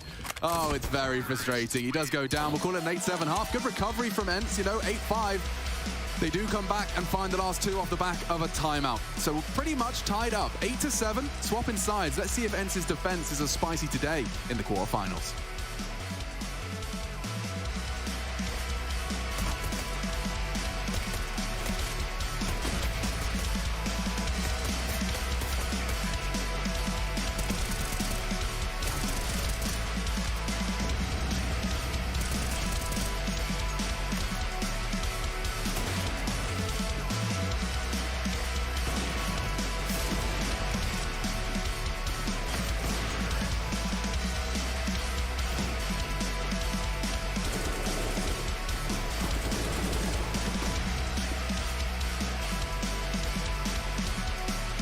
CT right side.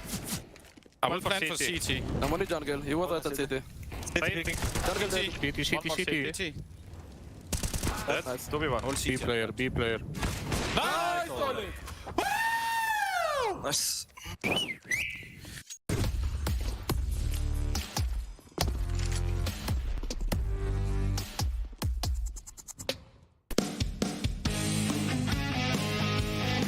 Hey Future Pros, we have another execute for you and your friends to learn.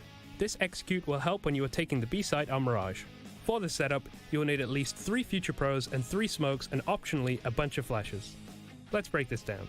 Future Pro number 1, you will be throwing one of the arch smokes. To do this, line yourself up with this corner of the cracked stone floor. Aim at the left side of this dark squarish smudge on the wall, then simply jump throw the smoke. Since you threw this from close to mid, I would recommend wrapping around cat to get to B or maybe holding off rotations in mid. Future Pro number 2, you will throw the other arch smoke. To do this, line up with the middle part of this window. Aim to the sky and position your crosshair so it is in the middle of the antenna and the overhang. Then throw the smoke normally. Future Pro number 3, you will be smoking off the window leading into the B side. To throw the smoke, get yourself into this corner. Aim at the corner of this large tower, then jump throw the smoke. Nice and easy. With all 3 of these smokes thrown, taking the B side should be much easier than it would be without them. To make this even easier on your team, get your players to lob as many flashes as possible over the top of B. And as always, good luck.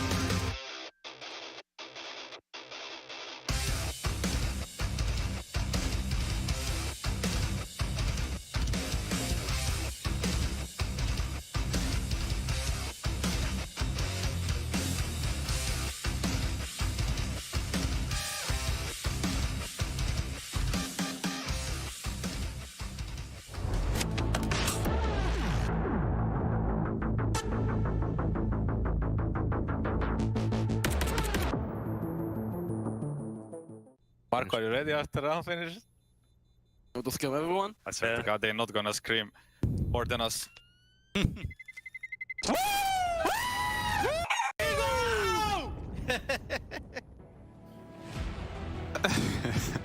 Well, it sounds like they're having some fun over there on ENCE, and a battle not only in the server but in the studio. We're live from Dusseldorf for the quarterfinals of ESL Pro League Season 15. Fist bumps are in, and we're into Mirage's second half. I'm joined by Chad Birchill.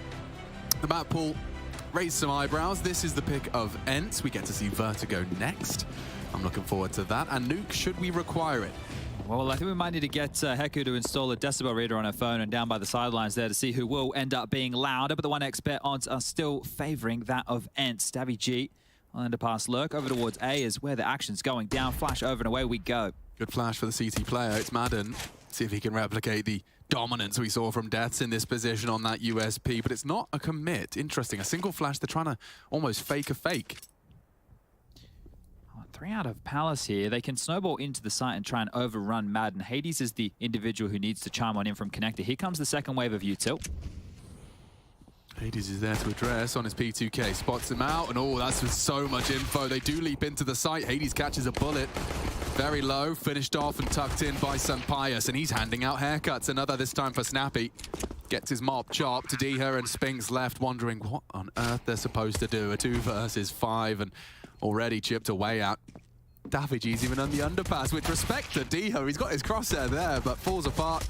And Spinks, the last to be added to the list. Okay, well, they're getting allowed back now, and for good reason. They have a massive pedestal to put themselves up on both pistols. Both pistols, right? If they get the conversion right here, this is fantastic for them early in map number 1. Now, this was out in Palace straight towards Connector, not towards the CT fight that Madden would have been looking for. And a great round from Sampaius, just running through him, knocking him down, and, wow, sending him into a force-buy scenario here. ENCE, can they bite back? Deagles with a scout in the hands of Hades. Some smokes to work with, but not as easy on a map like Mirage to hold them at bay with utility. Like a cat smoked. These are the scary rounds, Chad. Ooh. Oh, and that gets scarier for Davy G as the scout bullet does embed itself into his Kevlar. One of the positives here is the fact that it's completely unconfirmed. Hades has no idea that he hit that shot. He doesn't know that somebody is the walking wounded in one of these Deagle bullets to the belly. Because as a scout player, if you're able to call out the tags, guys, I've hit 3 of them. I've hit 3 that they're going to fall on over. Just sneeze. Back to smoke and molly combo there from Alex is now combing through this mid control. Looks like Spinks is the one to get tested first. Bullets to the belly looks there like... There won't be any flashes. It does look like it might be Davy G that rounds the corner first, so the easiest click of his life.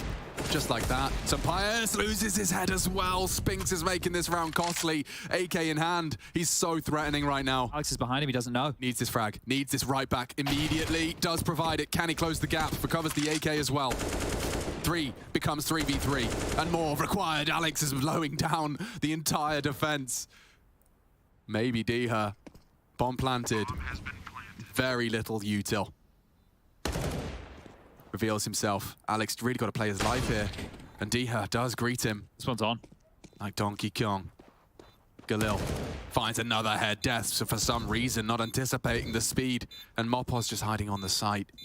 Diha and Mandan process of elimination begins. And that's a good find. Isolates the duel.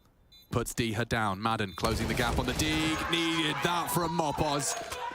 10th secure for the Movistar Riders and sweat off the brow as that second round force was very threatening. Oh, it's a huge round to win as well. Again, just loud about a pistol with conversion. You know what that means? Freebie, cha-ching, the slot machine. It's all going to come their way now as 11 should be all but secured here. Will have to be that light investment. There's the tag. Very unfortunate, but that almost led to their demise. The easy shot from Spinks to follow up with the headshot. This here from Alex. Heroics. 3 massive kills on the way on through to mop up the mess that was made. And then, well, his counterpart on the rifles, Mopos, has to get it done. Picks up the final 2. And a bit of frustration to be seen on the faces of Hades there because it looked good. Looked like they had a real chance to get this one knocked on over. It looks very promising, doesn't it? You know you're already starting to prepare your celebration when Spinks gets 2, and you can see Alex is well up for the duel of the decibel limits. Feeling good, feeling very good with that one. 10, and the freebie to come, so just don't want to trip up too much here. There is still a Deagle in play. In fact, a couple of them, 5-7s. Astralis are trying to start a new movement in the pistol department. We saw them whipping out 5.57s on their equivalents of these rounds, but a couple of deagles smattered in there. Hades keeping it light for his AWP in later rounds. Yeah, timeout was just called there, so a big discussion to be had before getting into this one. And you lost a lot of bodies in the previous. If you're the Riders, you want to keep as many of those alive as you can. You know the guns are coming out into the next. Hades should have just enough to get that AWP. He's been quite frugal with his cash. Could just be a simple A execute here. Up and over they go. The up and down smokes, and ahead of it, Madden had a chance, but the bullet not landing anything lethal.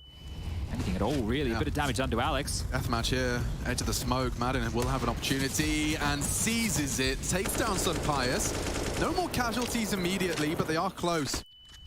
Don't have to rush this plant. Albeit, smokes have faded already, and Death is still going to give it a go. Losing bodies, Snappy still finds one over the top of the box. And this Death's posted up, securing the round. 2 casualties is about where it has to stop for the Movistar Riders. Spinks can make it even more costly. Yeah, he could do something crazy here. He has been kept relatively honest, old Spinks. We saw his impact in the first when he was finding kills, helped ENCE get on the ball with a couple of rounds. There's a shot. They're only well and truly known now, and as I mentioned, you want to keep bodies alive, so you can see the Riders aren't just wide-swinging him, not giving him any chance here, making him walk on into the jaws, and Davy G will get it done. Now they're trying to scoop up the rifles, and they will. Nicely done. Well handled. Threatening, though. ENCE definitely know that they can still lock this down. This is where it is really going to heat up, right? Because if ENCE win this one, you know, they can bounce back in, they can take away a couple of guns. Riders likely down to a half buy or something a bit more forcey with Galil's in the mix. And then ENCE can start working on their CT hole. But this is 2 slow starts after the pistol round losses for ENCE here. Now, in the first half, they did get the first gun round. Let's see if they can do that again. Diha out middle. Hades trying to oversee, but this is looking very direct towards A. Damage to Spinks' head as he goes down. Madden on the trade, but they can just hit the brakes now. It's a 4v3 out the gates. How often do you have that exchange? And more found. Death has taken down Diha's mid crawl. Uh-oh. Yeah, big uh-oh. Red flags. For ENCE defense, they could lose everything here. Hades investing into the AWP as well. Snappy had a quiet start to this quarterfinal. That's very problematic, isn't it? But I mean, to return to that Palace exchange, I mean, that's a rarity, no? I think it's something that maybe you'd want to go for on the CT side with 2 to get a default player. Someone who just would lurk apps, right, on their lonesome. But the fact that they greeted with so many bodies and so many bullets, like, yeah, that's going to stop maybe a lot of these aggressive maneuvers from ENCE going forward within this second half. But this has massive ramifications, especially if the Riders can take away all of these guns. Snappy to be tested here by Deaths. Timing is everything. Oh, he spots him. It's going to get a free frag. So they know where one is. They know it's maximum 1 AWP on A, and it's Sun Pius to take the gamble, just plunging into the A site and taking space. He is exposed. 2v2 does now. Go down. They've managed to make this competitive round. 30 seconds. Snappy, what? Straight through the smoke. Forces Davy G into a clutch scenario. Up on CT. Snappy quick to close this gap. Davy G gonna get run down. Straight through the smoke. Snappy closes the round. What a turnaround. 3, was it 2? 2v4.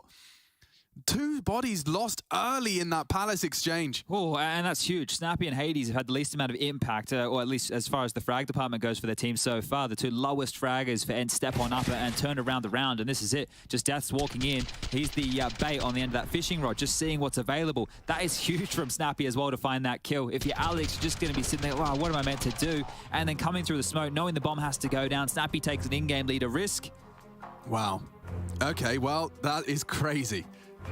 You just start to think you know what's going down, and ENCE remind you who they are. The fans will be happy with that for sure. Couple of ENCE jerseys in the mix right there. Oh, man. Yeah, that round, a bit of a roller coaster, wasn't it? And a timeout is called again. This is another conversation to be had here.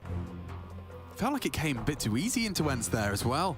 I thought Hades was out of position because they were already out of the apartments, but he actually arrived at the perfect time, right? Because they'd have gone, well, I guess he's not CT. It must be jungle, must be connector, and they're looking the wrong way, so not accounting for that pick on in. It's a half buy from the Riders here. MAC-10's pistols upgraded over towards the B bomb site. It's an opportunity for Spinks to farm up some kills alongside of his in-game leader, Snappy. Snappy far too switched on to allow any funny business with the quick B. Oh. Hang on, revenge could be quick and swift. Deaths does manage to avenge from the former round. Spinks puts him down. As there more to come, the nade could be great. Sailing through, good aim and spray from Spinks as he deters the invaders. D has arrived and nothing to celebrate for the Movistar Riders. Ooh, relatively clean, right? It could have got awkward. You saw what happened to Davy G when he got run down against a similar fast player that ENCE ran in the first half. Well, Spinks recovers after Snappy's death, and the gun should be coming back out for the Riders here. Opportunity now for ENCE to really start closing the gap. 11-9 the score reads. Will not be an AWP available for Sampaius right now.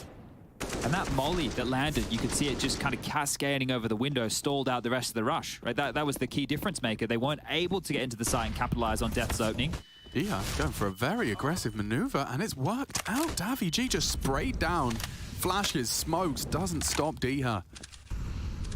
And Hades appropriately looking under. If Alex oversteps this mark and just goes down, it's become so hopeless as an in-game leader to have to try and call in around like this. Like losing one player early, all right, we can still operate in a 4v5, but losing two and then being in a 3-on-5 with so much time on the clock and no space taken, you just have to wonder what can we do to get back in. So the temptation of leering mid has caused the demise of Davy. Now back towards A, where Madden up close and personal in the sandwich position. They do have a Molotov, two of which, but they go in contact.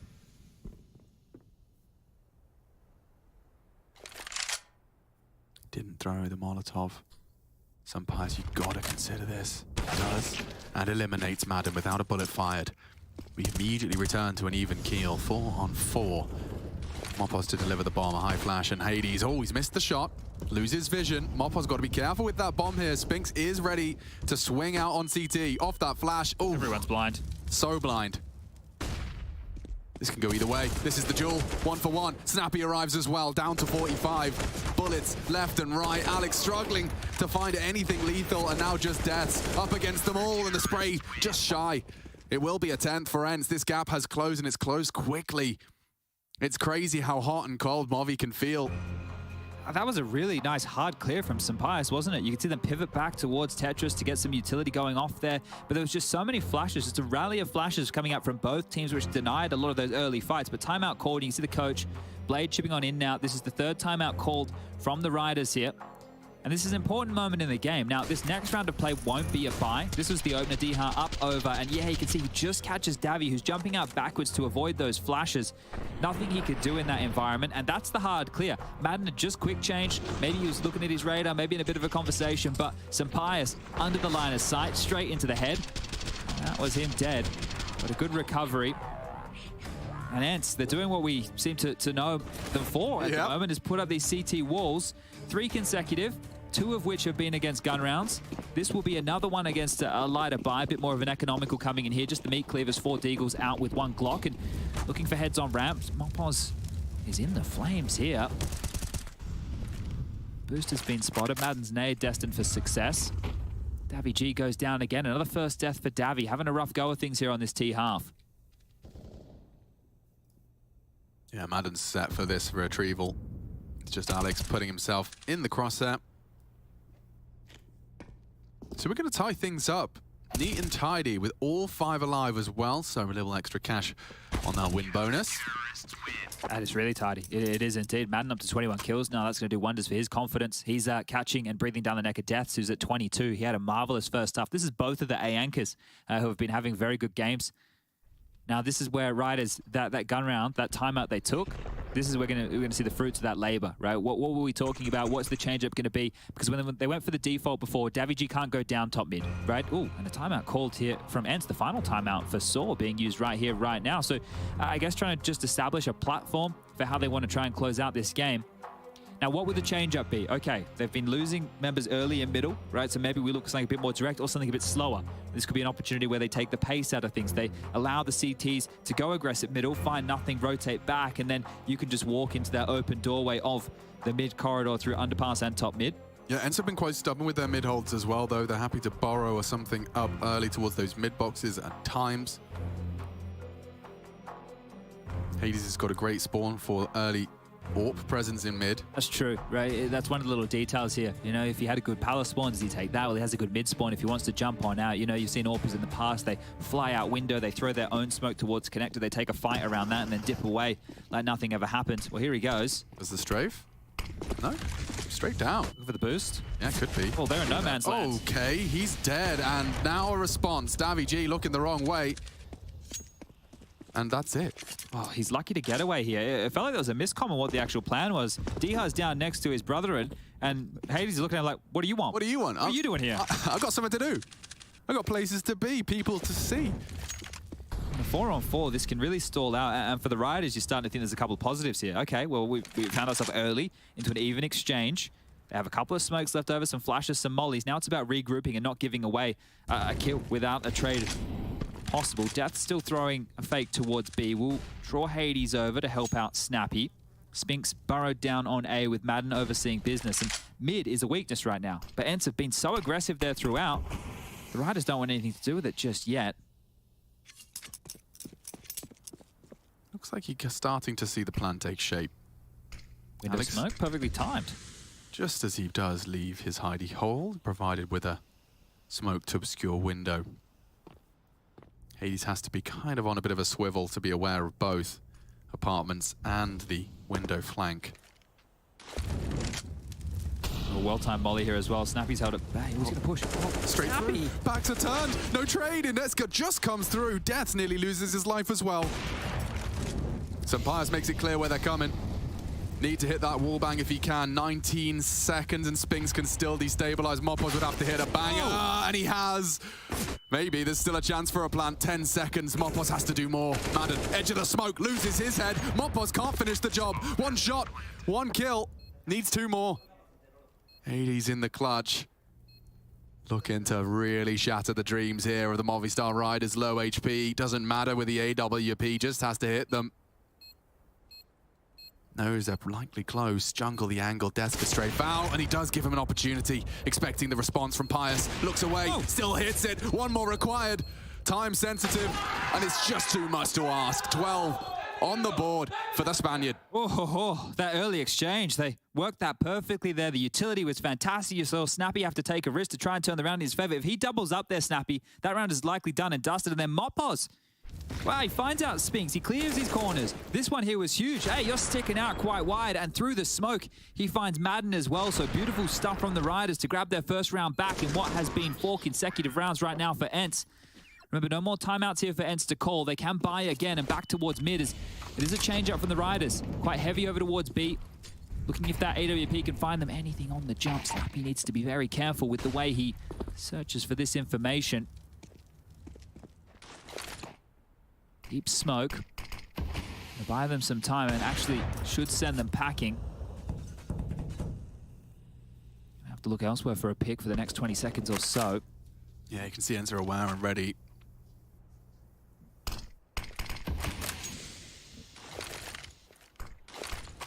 Well, mid-info denied.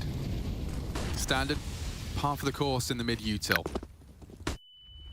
Oh, daviG given an opportunity. Come on, Spinks, you can try and kill Spinks, keep him busy, but now he's activated. Takes down daviG. They know he's there. Late through short, Mopos down as well. Alex just tucked on the bench. Very susceptible to an AWP shot, Snappy. Tagged, still not fragged. They can't seem to find him. They're just hiding behind the bench, and Death runs to his. 2v3, still so close. The Glock does connect. They know Diaz here. He doubled up. He shot, but I don't think they expected. Oh, they do now. Whiffed it. Uh-oh. Yeah, Alex needs one. Does provide it onto Diha. Another 1v1 established. Can Alex post his fourth? He's done so much. And on this low HP, up against the AWP, even the P2K could come out to close the job. Bombs loose. Just like that. Hades closes the round this time.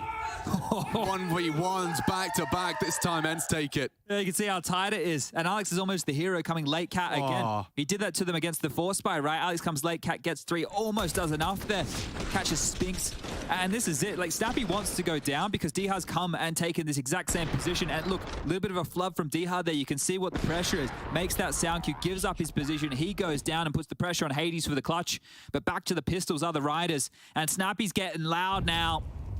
This is a competitive quarter, man. 12-12 coming down to clutchers. If they execute A right now, it's just Madden on the site. He's going to need to get multiple kills because it's quite a mid-centric defense right now from ENCE. Here comes the util. Madden, it's on you. What have you got for us? Already ready to unload. The mag leaves with 3. Nothing to celebrate. Nothing left of them. 1 minute 29. We conclude Round 25, swift dismantling of the eco. Yeah, well, you love that, don't you? And it's a great opportunity there just to get the confidence even. Time for some massages. Yeah, this is the last timeout called in the game. This is the last Riders timeout, so there's none left. Both teams have used all of their 30-second opportunities, and this might be the most important. You can see Blade, the coach here, chipping in, giving them the final words. There's 6 seconds left before this one is done and dusted, and then it's just down to the freeze time. They can buy some pies into the AWP. AK's out for the rest, and just mowing them down. You can see here the highlights of Madden and Diha getting it done. Swift kills on the ecos. Neither team really with an established bank here, but late in the game, if ENCE lose a round and they don't save guns, 1,400 lost bonus being broken on the CT side late, especially going into a round like round 26. This one could come back to sting. Insta window smoke thrown out. Away we go. Is it pace? Is it a little bit more of a tentative temptation as Davi isn't going to cross top mid, but Madden's made it into the underpass. Yeah, now we've seen them try this on their attack, or rather defense, but are they ready for it? Alex is, and holds his nerve, holds his spray, and takes Madden out of the equation. Remember how important this round is as far as the finances are concerned. Did Davi see him? I don't know. Yes, he does. Does adjust, fires off a warning shot. Spinks just stands and ready for the duel. Needs to get out of there now. Half health on short, he says. Snappy's pushing B apartments here. Could be a lot on Snappy's shoulders. You can see the bomb, it's up in the apartments, and that spam on through it. It gives them a lot of information that he has pushed up. And they were setting up for what was looking like a B, and well, they still are. If Snappy thinks that he scared them away with that aggressive maneuver, he would be wrong. Spinks is staying. Diha still towards window. Hades, close A ramp. If it's a B execute, Hades' rotation is miles away. It's almost quite literally the opposite side of the map. Okay. This has led to a favorable execute then onto the B site. Davici still in mid, can maintain the presence. This Snappy's is great rotating. From Alex. He's pulled them off the B site completely. Diha doesn't have answers, it's still smoked. Spinks, they're coming. They are. He's got so much to deal with now. 2 from short as usual. It's working again. Death has broken in, takes Spinks down. Have to save. They have to save. We talked about this. They really do not or cannot stomach a full wipe of their finances. That is just outmaneuvered, right? The opening kill with an aggressive maneuver like that from Madden, you can see it just coming back to hurt. He was on his own, he couldn't trade, tries to take the risk, tries to use the spawn, and gives up an opener right there to Alex, who was playing a bit more of like an off-angle, right, perched up on the wood, not sitting back with the tip of his noggin. So a great round. A great round from the Riders here. And Snappy showing himself in B apartments. I know he didn't physically, but the bullets did. He said, I'm up here. If you want to come, you're going to have to clear me close. And it's never an easy clear. So that is great from the Riders to stick to their guns. And Death is, you know, not only is he a pillar of defense over on the A side initially, he's now starting to really be a bit of an entry fragger as well. He's thrown himself into the ring first. This time he catches Spinks on that short side, distracted by this late 2-man short that's working wonders for the Movistar Riders. It was Alex up late, again finds a frag. Their mid-util arriving around 45 seconds, sowing complete destruction. And a little bit of second guessing from ENCE. So 13-13, this is Death walking out. Spinks has got himself in 2 minds. You could see there was steps from Davi G. Death's leaping out the window at the same time. It looks good. Well, these Seb guns are worth their weight in gold here. It's allowed ENCE to get back another full buy. The only omission is 1 defuse kit. Spinks could have bought 1, Hades, Snappy, they all could have bought a kit. If that comes into play late, remember that Diha has the only defuse kit right here, right now, as he unloads through the smoke. Sapias on the boost will not be gifted anything as he's been able to get Spinks up in the vent room here, a bit more committed towards mid. Hades on towards short with the AWP and Snappy flirting with a B rotation right now. So A is currently the more susceptible bomb site. Could have Hades v Sapias here. Orb the Orb, a rare exchange head to head, and it does go Sapias' way. Does that lure them into this position though of Spinks, who needs to get at least 1 if they push up his corridor? So much time in this round and Spinks is going to come down that ladder. Davi G. Oh, the flash still loses his duel.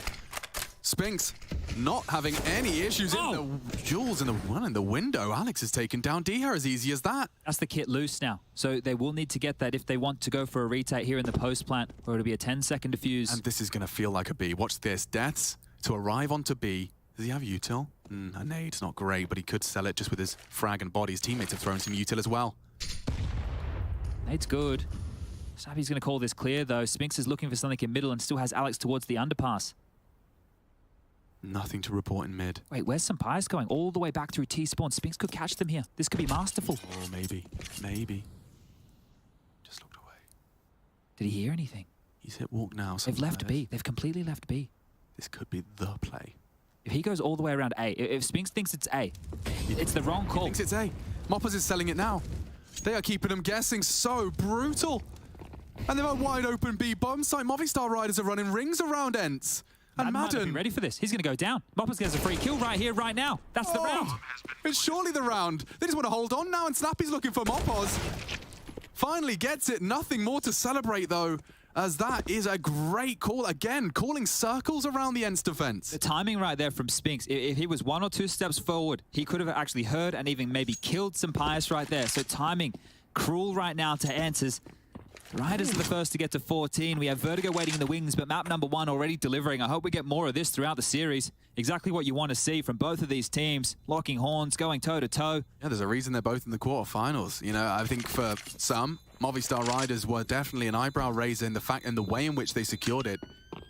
Could they keep that up? You know, can you really keep that momentum up? You're flying so high. You've been a team and a unit developing for some time now.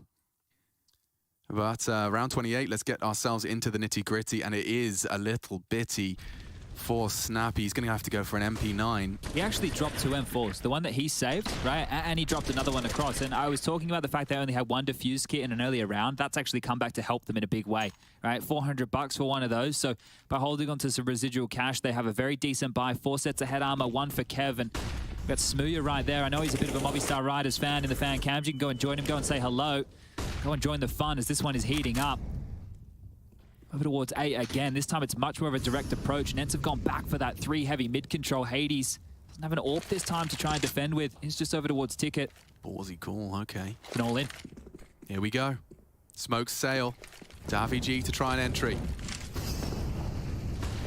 Molotov to stop the swing. Hades actually throwing out a defensive smoke upon the execution. Keep them guessing, make the clears harder. Doing a rotation from Madden or Snappy. They're not moving. The Movistar Riders have faked them out too many times, perhaps. Bit of a wound there. Spinks got a gap. A gap he does try and exploit, but Davy G takes the scalp, a big one. Hades fights back, as does Diha. Even trades. Left in a 3v3, bang through the box. Davy G will go down. It's a double from Diha. Deaths in the post plant. Sun Pius, both ramp side. This can go wrong in so many different ways. Still worried about the flank. They group up on the cross, a good flash to get across. Deaths, dancing, great find on the first, all onto Sun Pius now. He just has to deny. Kit is on Madden, he's in the smoke, but he hits the first, needs to hit this one bang. He can't even check it, doesn't find it. 14 is secure for ENCE, and again, these two teams cannot be separated. Oh Lord, this is so close. These last string of rounds we've had, the clutches, the one-on-ones, this retake right here, right now. Oh. This is getting real tight. Dia did a lot here. Yeah, great trading. And the fact that he just keeps on banging through the box there and finds Davy G, that's a massive one to find on back. Putting himself on the line is Snappy, and Madden just hoping that AWP bullet doesn't track him on down. 14-14, buys back in, looking a little bit better for the Riders here as why not rinse and repeat. One of the younger CS fans, I think, is on the fan cam there. They're going back for another A execute, but this time there's nobody over towards Ticket, at least as the round starts. I say that Hades starting to rotate around the long way. Is it really just a... Rinse and repeat, why not? Rinse and repeat, okay. Oof. That's not fun for Davy G. Catches one on the nose. Here they come again. The Exec Util is there. Diha again to be activated. Madden, good for the first. 26. He's really catapulting himself to the top of the scoreboard and sending the Movistar Riders down. Oh, Diha nearly finds one straight through the smoke. Mopo's low. Could be put lower here. Diha does strafe out a little wide, a bit greedy into the Sun Pius AWP. There's no way back. Spinks is going for the flank here. Hades needs to stay alive. Allow his teammate to work. Hard fag for Alex to have fired as well. Yes, Alex does somehow pull it out, but they're so low. Snappy catches an AWP bullet, lives on at 24. This is the Spinks flank. This is the round now. If he goes for Palace late, oh my God, he's coming back around because at least he gets the info. Sun Pius, one behind, one in front. Snappy opts for connector. They're planning safe. They're getting it down, and he's seen him cross. Snappy's seen him cross. A lot of information. Spinks actually has opted, interestingly, to join Snappy. So they'll be worried about ramp when they shouldn't be. Good find onto Snappy, but they're surely not going to work this one out. He has the element of surprise here. Moppers may have heard him, I'm not sure. Yeah, they check it. Oh, what a snap. He knows Spinks he went CT. looking to come up clutch. Nading CT, not looking the right way.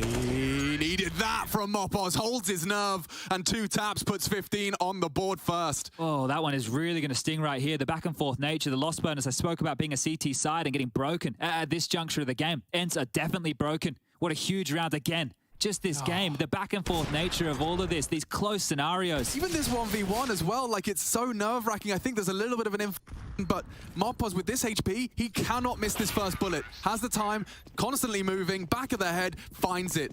A big one to be posted by El Toro. A biffing out mid right now, this is aggressive. Mopos leading the charge. Looking for it, looking for trouble, looking to finish this in regulation. No slip-ups allowed.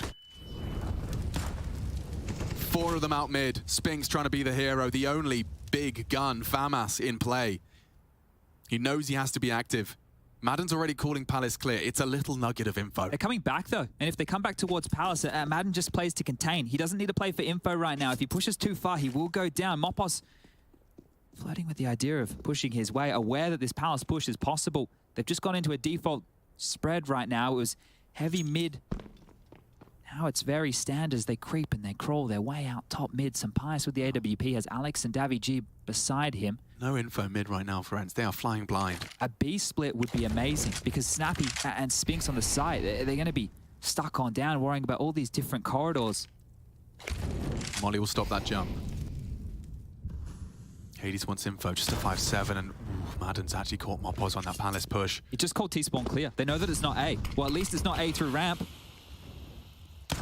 Through the mid-smoke, some bullets to bait. Hades, they've run past him. So Pius needed that. Davy G delivers through the smoke, though. Madden can do a lot of damage. Even trades. ENCE making this competitive, and Spinks has fallen. They can't stop that. There's nothing they can do to stop that plan. It gets really awkward for ENCE. This is their pick. This is where they wanted to take it. And Movistar Riders looking to pip them at the post. Last round of regulation, a man advantage. I don't even see a kit. They have to be finding these frags, finding them now, and 16 secure. The Movistar Riders throw a knockout blow to ENCE's Mirage. A full 30 required, heroics from every individual, and I just want to hear what they have to say about that one. I'm sure they're riding quite the high. They take ENCE down on their pick, and I hope Heku can grab one of those elated Spaniards to hear how they're feeling after that one. Yeah, Alex, I'm gonna grab Alex right now because, I mean, guys, you just won Mirage against ENCE and it was their map pick. Considering that you actually lost on Nuke to Party Astronauts and it's like one of the best maps for ENCE, were you actually surprised that they actually went for Mirage? Yeah, I mean,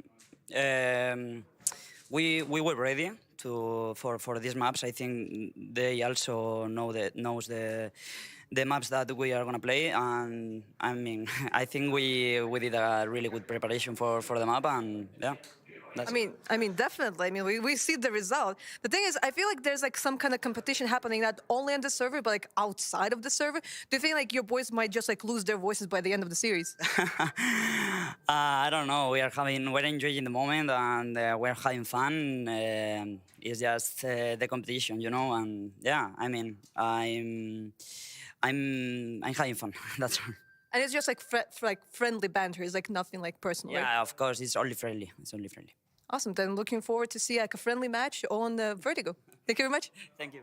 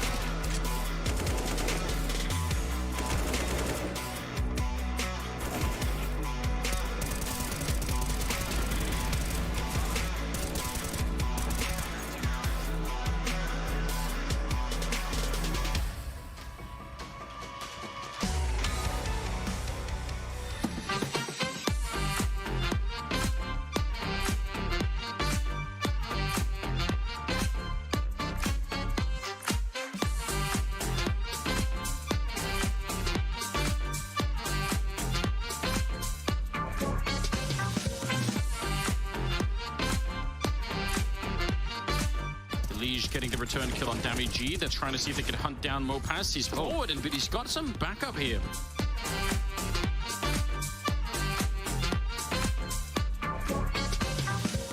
back's turned. He just has to hit some headies. He hasn't given it to them. Now he strikes 1, 2, and 3. Mopos saves them. Movistar Riders an advantage. Molotov coming. Smoke from Pius might save him.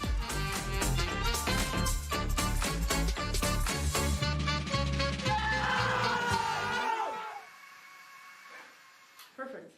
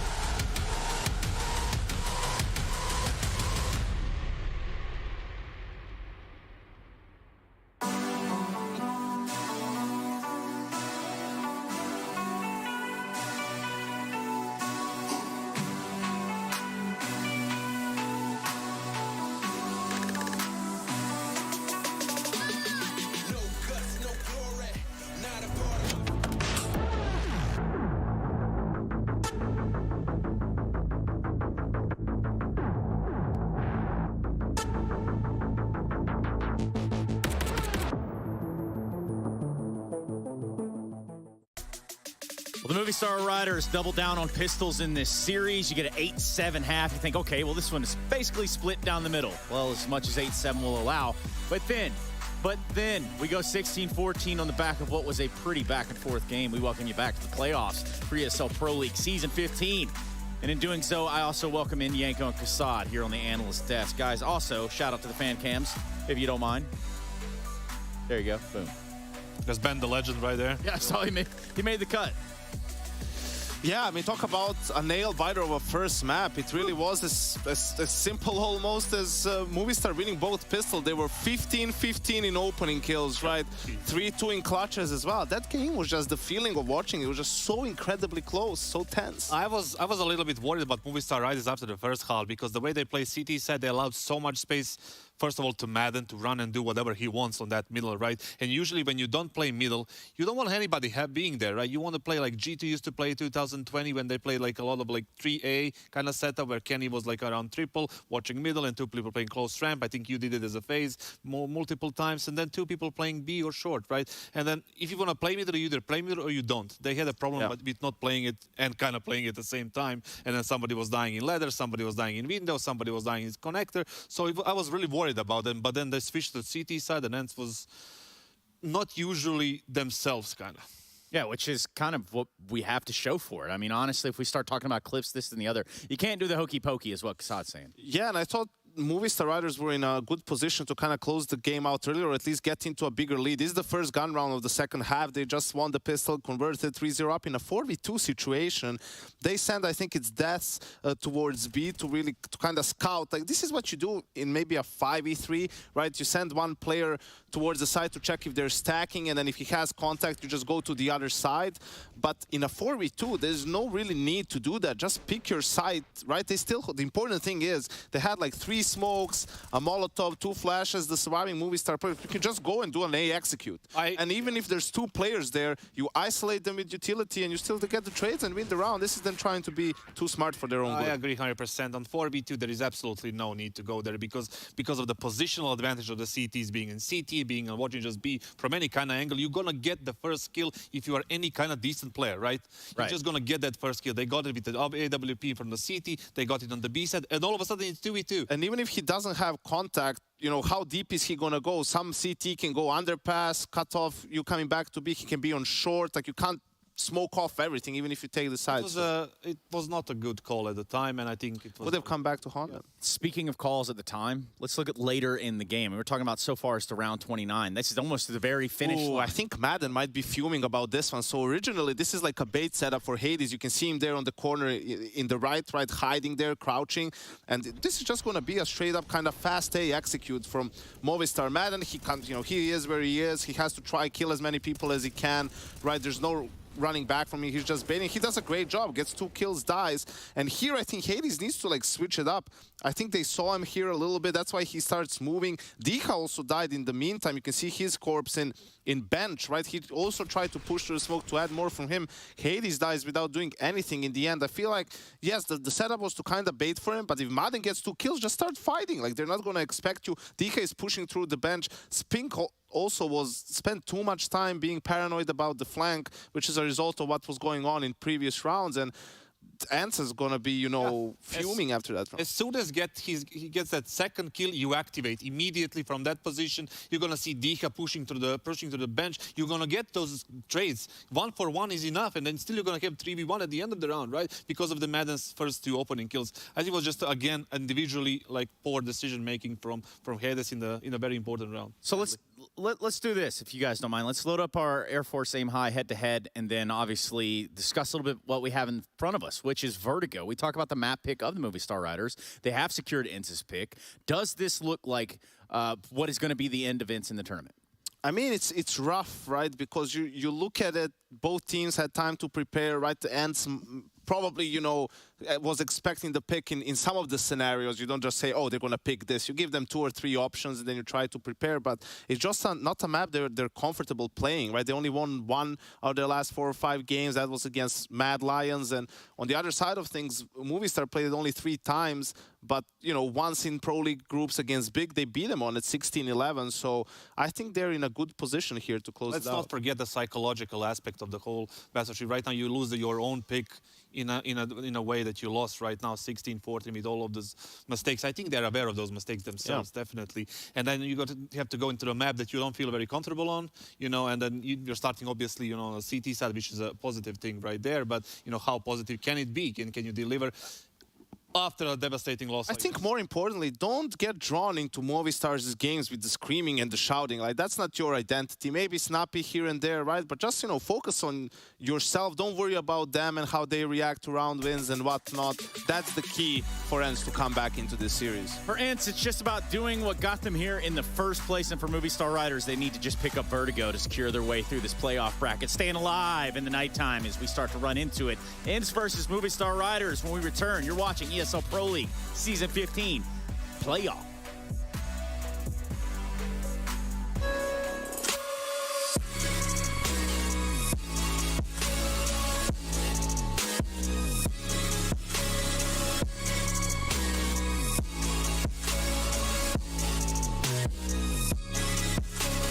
You love it, you wear it. What's your style? Get your merch at shop.eslgaming.com.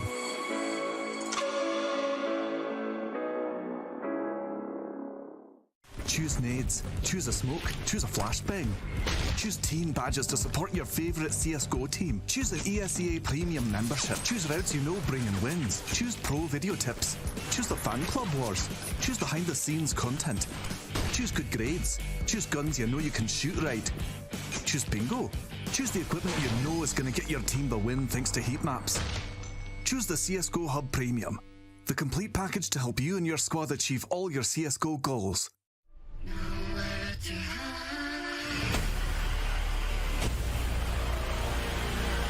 Tomorrow we will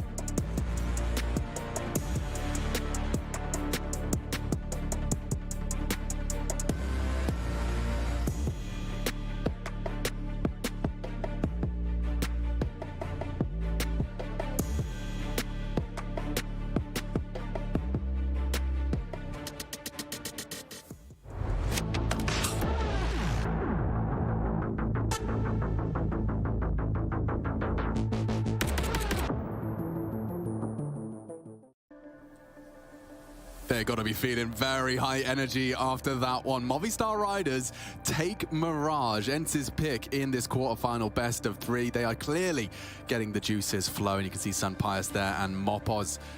And a very different energy over on the ENCE camp. They are looking to find a little bit of a reset. You can't come into map 2, Chad, thinking about map 1. Yeah, they have to center themselves right now. This is going to be difficult for ENCE to pull this one back. Going into Vertigo since Madden has joined, played the map 5 times, only have won it once. And, well, the Riders, they look prepared on Mirage. Let's see how prepared they are on the map they picked. This is punishment. Let's see how far they can push the issue. This would be a huge day for Spanish Counter-Strike if they can push themselves into the semi-final of ESL Pro League Season 15. Breaking all of that glass will mask some steps, and Davi G gotten across. 1xBet odds are flipped. Wow, they actually favor the Movistar Riders, and I would too on this round as Diha catches flat. Great shot out of Hades, but immediately put in his place. Oh, wow, Diha just stuck around with the dualies and does manage to take one at least. That is actually good work, considering the circumstances right there for Diha. 3-on-3 mid-round begin. Madden starting to push the issue towards the B bomb site. Could catch them off guard with this aggression. I mean, you're not expecting this, are you? Let's see how the jiggles look. Oh, he just looked away. Timing again of Counter-Strike coming back to bite them as they propel themselves into B. And remember, Death's is middle on the lurk. Yeah, okay. I mean, he's at least swept close mid. He knows he's not going to be punished if he just sticks around for the fight here on B. Smoked off, looks to reposition. Mopos down and out. That's the bomb delivered. Good click out of Spinks, and Snappy has found another through mid, and just like that, they recover. Oh, getting loud. And look, I know we're talking about the yelling and the whole back and forth and maybe not trying to play into that game that Movistar Riders are enjoying so much, but Snappy's always loud. If you've seen any of those fun videos we do with the players where the sounds of land, Snappy's the one that catches everybody off guard because Marco is yelling like a bat out of hell. But some beautiful shots here from Snappy and Spinks combined to mop this one up. And Deaths, they were ready for the lurk. Hades trying to get activated in this one now. That's going to feel great, especially considering some of the ways they did catch flak early. Diha catching bullets, still takes one. Madden, oh, it's a hard FAMAS spray. He could be punished for it. It's only a Glock, though, up against him, and so does get away. Yeah, happy to get away there. And this is the thing, that's the first ENCE pistol within this series as well. They lost both pistols over there on Mirage, and the game still went 16-14. So knowing if they can convert one, likely to bounce back into this. And if they get to nuke, I think ENCE come back into being the favorites within that series. I would agree with you. Yeah, I do think Movi have been given a real opportunity to take it here. Take it now on your map pick. It gets much more blurry if you find yourselves on nuke against ENCE. ENCE have got one of the more intimidating and avant-garde nukes in the pool. And I want just to reflect for you, when we were doing some of the Movistar Riders throughout the group stage, there were certain moments on nuke, especially in the mid-rounds, where we were scratching our heads with some crazy decisions or maybe just odd calls that were being made. But we do get into the guns quite early here. The full eco has afforded the Riders to the early rifles, and no temptation from Hades to peer on over. Snappy, though, not afraid to glare on down and get peppered on through. The AKs with a light tickle of damage. The nade back to chip away at Alex here, but that is the early jaunt concluded. It's just Snappy and Hades holding A. Yeah, they're going for a two-man B setup this time. It's not very commonplace. And ooh, look at that flash. Look at that swing. He gets one and no trade available. I like that flash. Have you seen that before? I like that one a lot. That's a hottie for the Sandbags duel.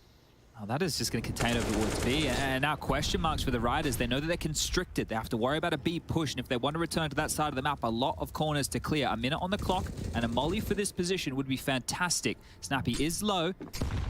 And the teammate Smoke of Spinks is on the wrong side of the map. So he will burn on down if that $400 bottle of flames finds his roost. It's pricey, isn't it? You think that'd be cheaper? I think I'd rather just have a nice bottle of red. Oh dear. Okay, well, Snappy's just gonna win the round, I guess. Charging through, does go down. Chunks Davi as well. Like this is like a 2.5 versus 4, and ooh, it gets worse. Death has to be a real hero here, and he's just looked unprepared for Hades to re-advance, to stick around, and the FAMAS finds two. If they can pick up these AKs here, if they can take this out of Davi's hand, everybody could get a nice little upgrade as here he comes, D-Hunt from behind. And, wow, looking the wrong way, still pivots in with the MP9, and those upgrades, look at him. AKs, M4s, it's beautiful. This is a dream start for ENCE now. You really couldn't ask for more. Look how much cash in the coffers. He got $6 grand just in the bank for the majority, or close to it. This is get away with this. This is Snappy, definitely. I mean, let's not forget, he had a real slow Mirage. Yeah. This is going to do wonders. And I don't know, I mean, you've spoken about it before, but in-game leaders tend to be calling a whole lot better if they're in the game. Yeah, you're feeling yourself, right? If you know you're getting away with certain plays, then you know what gaps you can exploit. It helps to move your dukes around the board, as we do see just a bit of a light purchase coming on through from the Riders. Some Tech 9s, a Deagle, a P250, and a Molly up the ramp to try and hold them at bay. Snappy licked down early, 52 points of health remains, and they are just continuing with this two-man hold on A early. Madden is in support right now for the elevator room, but if you feel yourself too much, Snappy, you might be handing a gun over to enemy lines. 3 AKs up against you. I mean, you know, in terms of objectives for this light buy, it would be really nice to take a couple of them away. Yeah, just make sure that the CT economy can't get too out of control. Now, Hades is posted up in my least favorite position. Maybe you heard me. It's going to paddle back and forth. That is just against the pistols. And as long as he's not hugging the girder, I think that's when we really... That's right. When he's baiting, you know, and he's hoping to play it on a timing, it doesn't... Haven't seen it work. I won't say it doesn't work. I'm sure it has. Very not, politically correct of you there. Yeah, well, you know, there's people out there, they're patrolling and controlling. And they're allowing them to have a lot of space towards B here. Diha is transitioning back towards default as Spinks is gluing himself up towards the Jenny. Oh, wow. Just on a timing, Diha's going to put a couple of bullets into the boards. Doesn't finish off Mopos, but I think Spinks has got a good few ahead of him. Oh, their health. They're just getting mowed down. And yeah, not a single problem. You framed it from what could be good for the Riders, for the Spaniards to get away with a round like this. Well, the best case for ENCE is to keep everybody alive and have 7.2k on your AWPer, 8.2 on Diha. You've got 9k for Spinks, and you're 4 rounds into play. Yeah. So this is a beautiful start for ENCE. I think that last map might have shaken them into this. Then we got our fan cams again. Maybe Love and Life. And we are getting into the gun round as the AWP is in the hands of Sampaius. Now 2 towards middle. Alex and Deaths on the mid crawl. Look at that. So they dump B utility together and then walk to mid together. This little partnership has got legs. 4 of them. Yeah, you need them to move. And move straight into potential double. They find it, win out the engagement. Mopos is running B. Just 5 HP in it, and that's because the B player was last seen mid. Look at the gap he's trying to take. Stalled out, big rotation. Davi pushing. Big duel. But the fact he's taken Snappy out makes them guess and scratch their heads. You can see there's uncertainty brewing now. Is this a commitment? Is this just one man with his util? Extinguish and a rotation. Madden's there. Davi G needs to survive. They completely left B. If Hades continues to push forward and clears out gap and short, he can make sure that Madden and Diha can get back over. Smoking a flash for Sampaius in the go. Playing retake on this B bomb site, ENCE. A deep smoke he's thrown. Where does it go? Oh, it's lovely. Just as the gap is completely occupied, Mopos only susceptible to the strafe. Team pre-aiming the gap, and so Sampaius, a great find. Movistar Riders just building off of this exploited information. That's the strafe we were talking about, and Sampaius is down. Mopos caught asleep. Does punish Diha. Is Hades really going to go all the way in for this? He's walking into the smoke. Will be able to perhaps worm his way around. Exploit. Mopos, no, he's ready for the adjustment. And Mopos parked himself on B very early and is a big part of how they post their first round. Yeah, they reacted to that mid-rotation, right? It looked good. They were able to trade out efficiently, but the space taken, you had 2 links to that. It was Davi G taking the fight towards A and winning out against Snappy, and Mopos parking himself aggressively B. That meant that they had a lot of early info.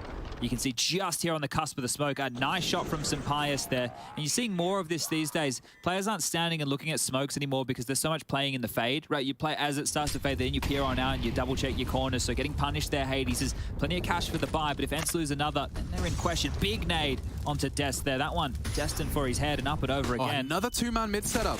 Oh, and he does manage to go 1 for 1. Big play out of Alex to choose a target. Not always the easiest to do. Sampaius has missed his. Keep fighting. They're still fighting. Jumps through, evades the shot. Hades has ramp. Davi's up scaffolding. Hades isn't looking at this. Yeah, and Snappy's not got it. Doesn't have it. Dead to right. Hades does tuck in Sampaius tight. Swings on the smoke short. Careful now. Davi G could be next. Just as easy as that, Snappy feels like he has all the time in the world for these duels and just evenly trading back and forth maintains the advantage for ENCE. Mopos, he was around middle. He's got 50 seconds to try and piece this one together, but already ENCE are going to go straight back to their winning ways. Yeah, I just want to highlight it's a bit of confidence there from ENCE to continue to take that fight because it felt like there was more than enough pressure and only two of them holding, right? There was the gap that could have potentially been exploited there from daviG if he pushed on up but didn't want to risk going down to Snappy's position. And now with 30 seconds left, Mopos can scoop up this bomb. He doesn't have any utility to his name, so... They're all here. They are all here. I don't know why or how, but they're happy to gamble, assuming Mopos is just going to walk on in. Very much the right assumption. Landing safe side. Well, not safe. It's about to find out. Gets it down. Gets a frag. Gets another. Okay. Oh, that got a little sketchy. A little etch-a-sketch for ENCE. I see what type of game we're playing now, ENCE. Okay. All right. Look, that is a lot to lose in a round like that, but if Hades got that knife kill, I can see what he was going for. Not by the book, everybody. That's gonna don't try this at home warning, but Madden has a big grin on his face. Hades just says, hello and welcome to Jackass. No harm, no foul, I suppose. Wow. That would have... Whoa, I could only imagine the mood in the camp if they lost that one. What does this do? So he misses the no-scope. He's like, right, well, lads, it's on me. Oh, he even hit one. 3 HP. Okay, okay. Oh, hang on. What's going on here? I just got Assassin's Creeded. Damn, Hades. Yeah. Whipping out the shank. Yeah. Oh. That's all good, right? Yeah, all good. Yeah, all no good. problems. Can we please win the next one, though? That might become quite important to do so. A great plant, though, and that will enable another buy from the Riders here. All for some pious rifles for the rest. You two slightly skimp for a few. Oh, and a shot from Hades going awry. Alex looking to pressure the position. Mounting through the board, doesn't find anything done, but they know where the AWP was last seen, last spotted. Some Pius's big green has been tagged on down to 74. Imagine if the guns took damage and not the players. What? Oh no, he's got a broken AK. In the 1v1, he has to use the knife. It's jammed, Alex, it's jammed. That'd be one way to kill Counter-Strike, couldn't it? In one change alone. Snappy, the prying eyes. Is it enough? They get not out of dodge here. Rush forward. 3 of them are here. Snappy does like a cursory glance, and this time... though? Some Pius has fired off the warning shot. Might be the green light for Snappy to call for a flash. He has a supportive one available should Madden be required. 3 smokes. Confirmation of Sandbag's presence, and Hades has taken down Mopos. But this does get problematic now for the Movistar Riders. The whole squad is here. 40 seconds for this engagement. It falls to a Galil v M4. Jewel is crosshairs good, but the frag is better from Deaths. Good nade. Woof. They are really, really almost all half health. 60 ain't great. Madden can change that even more so. Run boost across. Good exploit of the gap. Oh, and a missed shot from some Pius. Missed opportunity. Won't make the same mistake again as Madden overextends, and they are so low. They are so low. Diho in a 2v4. He could do a lot of damage here, and he is.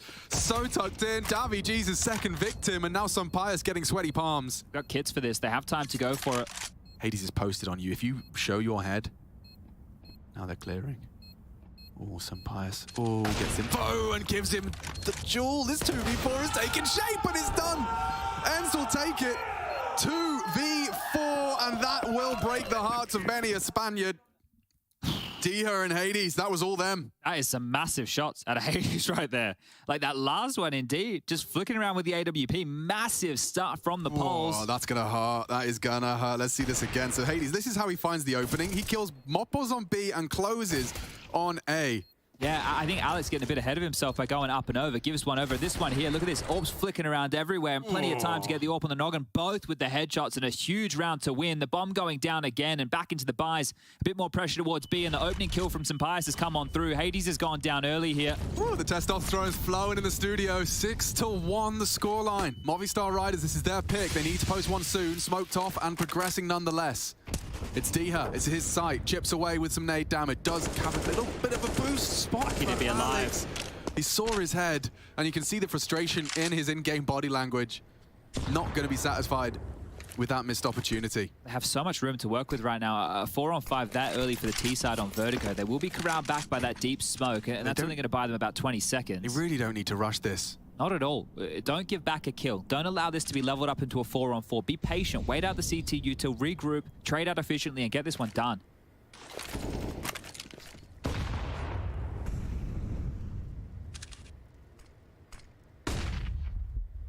Snappy at this point is isolated, alone, and actively contesting. He could drop the one way to threaten. That's the thing. What's the timing on this, right? Well, apparently now. Oh, that will spook you. That's going to spook you. You have to be very careful around this smoke. And if Snappy pivots towards the sandbag position, there is only one Molotov on Deaths. Now, looks like, taking a look at the radar, they've had enough of A. They're heading back towards B, and Snappy's called it clear. That is a massive play. Spinks is immediately bolstering the site with Diha, and here comes Madden. Even Flash for his initial info.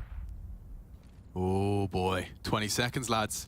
The whole squad is here. You're going 5v4 into the stacked site, and they're lining up for them. Big one from Davy G. 15 and counting. Bomb needs to go down. There's 2 here to defend, and Spinks is doing a bang-up job. Trades are good, but Bomb's loose in 9 seconds. 9. Get planting now. 4. He's just maybe. I don't know if there's time. Oh, disaster strikes again for the Movistar Riders. First the 2v4, and now the clock, their biggest enemy. Yikes, that is a huge play from Snappy. That info play is massive. And to know that it's what? 0.5 of a second. That is the difference maker right there from getting the bomb down or not. You were wondering about the timing on that one-way. Clearly, Snappy's so in tune because by throwing it, he still had time to sweep through on it and call the ramp clear safely. Yeah, that is a huge play from Oh, Snappy. man, Sampaias is going to be kicking himself as well. He was hitting the shot necessary. It was just Deaths unable to get that default spot in time. I think that's the problem as well. You want to plan safe. Yeah. You want to make sure that the bomb goes down in a safe position. Snappy, are you crazy? He wants that gap. He is crazy. Flash doesn't affect him at all. This can end very badly. Sprays through. Look at the damage. They are shadows of their former selves. Keep the frags coming. Davy G, good for it. Does avoid putting his head in Hades' scope.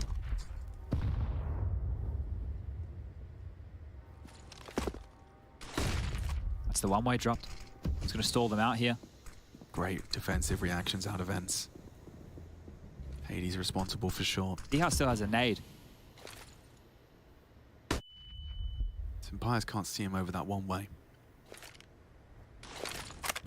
And he has managed to find it as it fades. Spinks overextends. Just 2. It can't happen again. It's Diha and Hades the same that broke the hearts of Movistar Riders once. Can it happen again?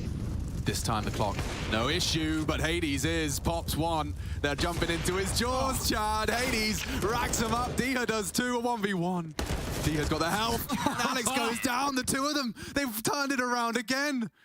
Who cares about a 2-man advantage when these 2 are in the server? Oh, this Polish duo right here is doing so much work for the squad on Vertigo. You take a look at the scores on the doors, both of which 12 kills to each of their names. So massive work here. And that's with Spinks going down. It just lures them further into the site. Hades, head on a swivel. Back and forth he goes with the AWP. And again, the 2 of them in a 2-on-4 get 2 kills apiece. Beautiful work. Wow, yeah, that's teamwork, and that is dreamy for ENCE. They've won out the half on that, Chad. The cash is still so low, and Riders know it. They're coming fast. This could be the tipping point. But this Polish pairing have gotten ENCE the 1-out half.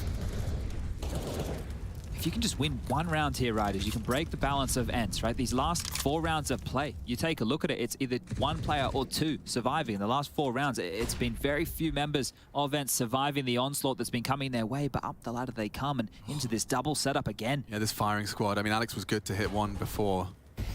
They're not going to flash it. Oh, actually, Spinks is just dismantled. Now, an even fight. Alex again leaves with the frags. Was putting pressure on B again.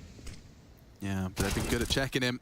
Ooh. And a Mac 10 dink. Yeah, you wonder if it's the AK. Maybe he gets that kill. A little bit unfortunate there, and now they're just going to limp on in one at a time. Snappy, he's been a hero this time with the MP9 pushing forward. Davigi spots him first, but dinked on through, and well, he keeps on coming. Snappy takes him down. It's just Alex. Yeah, really brutal. Look at Snappy go. Nearly finished the job right there and then, but it may be Alex's turn to go for an ace clutch. Good luck, have fun, my friend. Already occupied the site. He's made his intentions clear. Oh, but does find the duel onto Diha again. Closes the round out. It's Diha, the closer for ENCE at this point. Yeah, if these two are last alive, it feels like they're unable to get through. The Riders, they've pushed the issue maybe one too many times. Not getting the bomb down in the last 3 rounds. It's meant that it's always been a little bit broken, either with Galil's or the Mac 10 that you saw from Mopos coming on out. They trade efficiently early, but it's just not enough. It's just not enough at all, and it might have to be a timeout called. A chance now for Blade, the coach, to chip on in. And look, he was very helpful as we see some massive smiles on the faces of Madden right there. Fans at home, again, if you want to join, bottom of your screen, iem.gg/fancam. Tune on in, join the fun. But I think ENCE are the only ones having fun right here, right now. There's still a chance for the Riders to turn this half around. Yeah, the score's only 9-1. If they can walk away with a 10-5 half with how this one's been trending, actually, they're buying in. If you're buying in here, again, with this you know, high 3K, low 4K amount of money, you are going to be missing the firepower.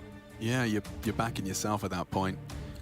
At least Mopos has an AK this time. No, 0 util. So finding that B duel on this B lurk, not going to be the easiest job. But ENCE's protocols have been great, really well ironed out. Their rotations have been fast and fantastic as well. Just, they find this info and they're finding it safely more often than not. 2 here on the B site. Mopos does have a better weapon for this task. But you can see it's D-Hub and Spinks. Quite the pairing I wouldn't want to trifle with. And Mopos confirms Spinks on default. Oh, they're going to push? They're looking like it. Yeah, just on the wide angle with the flash, the perfect pairing. And again, Mopos is booked. Looks like it's over here. Death does get dinged. Still stands vigilant with the Galil. Done well at trading out onto A, and Snappy's very forward here. If he goes down without a kill, a real chance for the Riders. You know he's here. Oh, yeah, you certainly don't, but he's been here consistently, and oh, he's still a problem. Still such a problem with just the MP9, another kill and a half. They're coming towards A. Hades with the AWP. They have a smoke and a flash to deal with him, but that's about it. Deaths has just shown himself over towards B with some utility that's going to plume next to the generator, and he's going to try and join the party over towards... Hey, is Alex selling? Yeah, he's selling the sound cue there, so... Oh, maybe it's a fake upon a fake here, because he will actually continue back with Deaths. They're both so low, 30 seconds left, and Spinks is now residing up close and personal. Should have a freebie right here on the timing. He's looked away, but still gets the kill. The HP at Deaths, he's just went over with a swift breeze. Yeah, but now Spinks has reacted perfectly. Drops his util, makes it hard to find him. Gets his teammates to enable efficient trading. Look at Madden's utility as well. This one should be done. Not getting into this side without some headshots, and it's Spinks that's handing out more.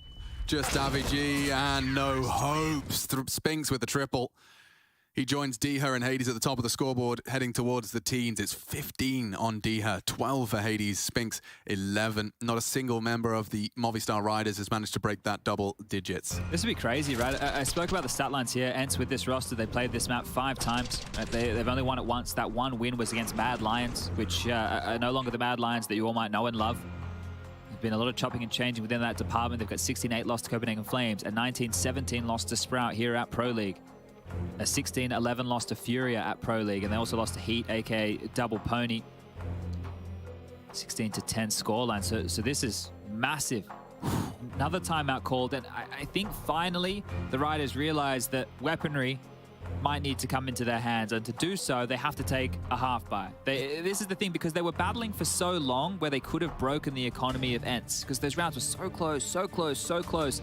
Eventually you have to concede. If you can't break through, you have to chop and change. Yeah, well, very comfortable so far for ENCE. Let's see if this lighter buy can have any more success. It's fast, eh? Madden hears it all, and Hades goes for a ballsy peek. Will drop his util to delay. Floor of Flame, they can't really address that. Have to respect that. And now as you round this corner, this turret is established. Madden just wants you to round that corner. He's happy to sit there and take the fight. There will be util throw. Hades already makes himself known. Oh, and it is just one by one. Short dealt with. Snappy has them. Madden still stands ready to receive. Yeah, one by one they fall. Madden's in the power position right there, and he doesn't get anything, right? He doesn't get anything out of all the kills. Well, Moppos will get the kill onto Hades, but just one more to find, and that is Spinks who's going to finish him off. They're scrambling to get the AWP. They will pick that one up, and Snappy is an MP9 main this game. He's just decided, look, boys, I know the buys are a little bit rough, but give me an MP9, and I'll always get us a kill. Finally going to get a rifle in his hands, and the score line is 11-1. Nuke waiting in the wings. Yeah, he's got 6 assists. I wonder how much damage he's actually done. Let's have a look. ADR. Snappy's... Yeah, Snappy is the 3rd highest ADR in the server. He's bang on with Hades. 110 ADR from Snappy. 110 with just 10 kills. Madden doesn't have to do a lot either, right? He's the rotate player. Helps mid, he helps A. Oh, there's more damage for him, farming him up. He'll take that, won't he? He is very stubborn on short. Like, he is not giving up this space without fight. Well, Moppos is charging straight through. Flashed off in the smoke. More spam damage not landing just yet for Snappy, but look at this! Oh, God, he just takes the jaw so comfortably. He hasn't been allowed to get away. And now Hades is the re-aggress. Hades misses his shot. They can swing on him. They know Sandbags is a problem. He's down. Davy G punishes the AWP. Finally dealt with it, but what are you meant to do? You're kind of locked in towards A again. Look at Spinks' push. He's going to come down this mid ladder at any point. That's an opener. That's a way in. Big one, yeah. I think you may even know there's more to be found on the headshot box. Snappy still short. And Spinks is already right behind him on this flank. Someone, Death, is responsible.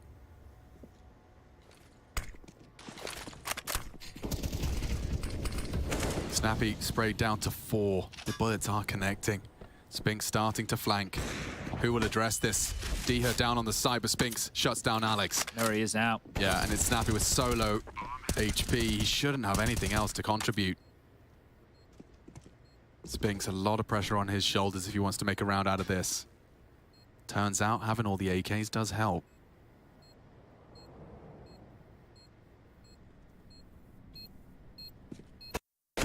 Nice shot. I have to call it off now, Spinks with a save here. Maybe wanting to do some damage, knowing that the T's don't have a great bank balance built here. So if he can take away a gun or two, might be a leg up here. Has a chance, swings on out. Sampaias goes down, the AWP now loose. That is going to blow away. They won't be picking that one up, and another kill would be fantastic. He's kept Dabby near the bomb, gets the kill onto Deaths, and everyone's going to go down with the ship here. Dabby will get the kill, but the bomb goes off, and 1 HP just survives. Yeah, AWP didn't get picked up, though. No chance for that, and so very punishing. In the face of defeat, Spinks makes it costly. Yeah, and I think here, right, you consider how many members went down. Deaths immediately has to go into a Khalil. Davy can drop an AK, so they will have 3 AKs to carry on through, but Sampaias won't have his AWP, and he caught Madden slipping there. This frag right here, right, because I think they were trying to play transitional. They weren't expecting so much space to be taken. They wanted to continue a bit more aggression over towards the top of a ramp and getting caught off guard. 11-2 now, 11-4 on the way out the door would be a nice way to finish this off, but the spam on through opens up on a Spinks. Oh, there's more confirmed with the shots back through. Tracer fires there. Hades is down ramp. Yeah, just charging. More there. The bait and switch works wonders, and already a 2-man discrepancy. Dump your util. Punish. Cage, Alex, and Moppos. Last seen on B. Now Moppos arrives to join the party, and it's Madden and Snappy. Just as easy as that. 12 already for ENCE. Line him up, knock him down. Beautiful play, I loved it. The stats you brought up for Vertigo, this is not looking like that ENCE. This CT side is so rigid. They've got such a firm grasp of what Movistar Riders are trying to do, and they're disruptive. I think one of the things is the Desk was pointing out that this was seen as a bit of a punish because Movistar Riders also don't have a great Vertigo as terms as the stat lines, right? Like, they won it against Big, but they lost it against Endpoint, they lost it against NIP in recent history as well. So their Vertigo isn't fantastic as far as the win percentage goes. So here they've gone, well, what can we exploit of ENCE? And ENCE have come in and they've prepped hard, they're looking good. They've won some really, really bad 2-on-4s. That's a very easy opener. He's not stopping, is he? Oh, Snappy. Snappy, scary. Very scary. It's just Angels. This whole round is over. It's just fights. Fights on fights, and 13. Unlucky for some. I suggest some might be Spanish. Movistar Riders 2 as we go to the half break.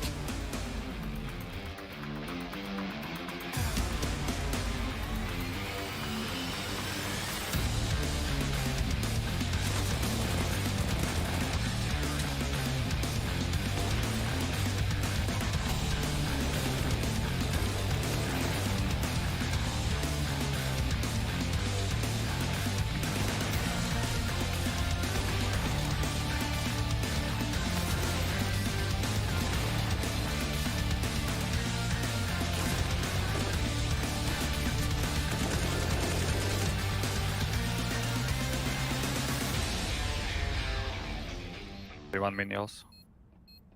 Yes, stand back. Nice, time.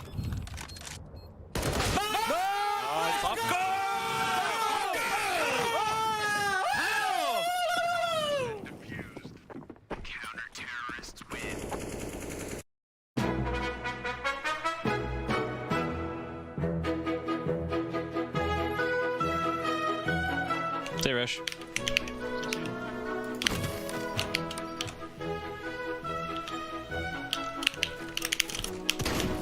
Nice. Nice. Doors, not looking at us. I'm going for this.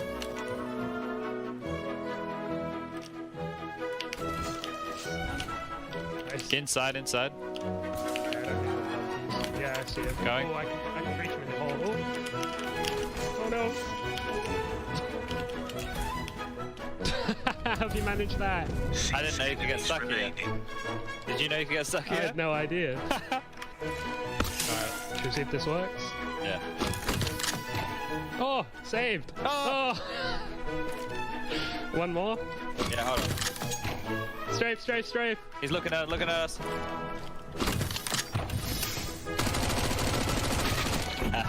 Okay. I would have gone to it, takes that. Parachuter bird from coming in. Commander. Guy on top of the tower parachuting up as well. There's so many parachuters. We're gonna try and pluck him out of the sky. Oh, he's got a shotgun!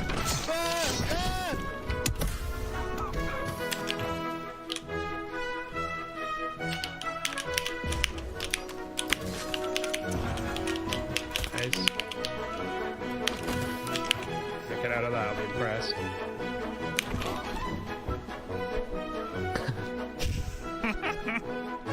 He was shooting at me, but I don't see him. Yeah, he's somewhere in the trees. Yeah, he's down, I'm good.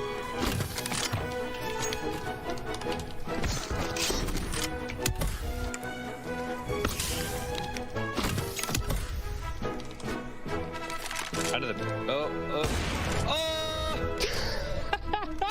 Perfect. How about that one? That's pretty nice. Impressive performance. Thank you in advance.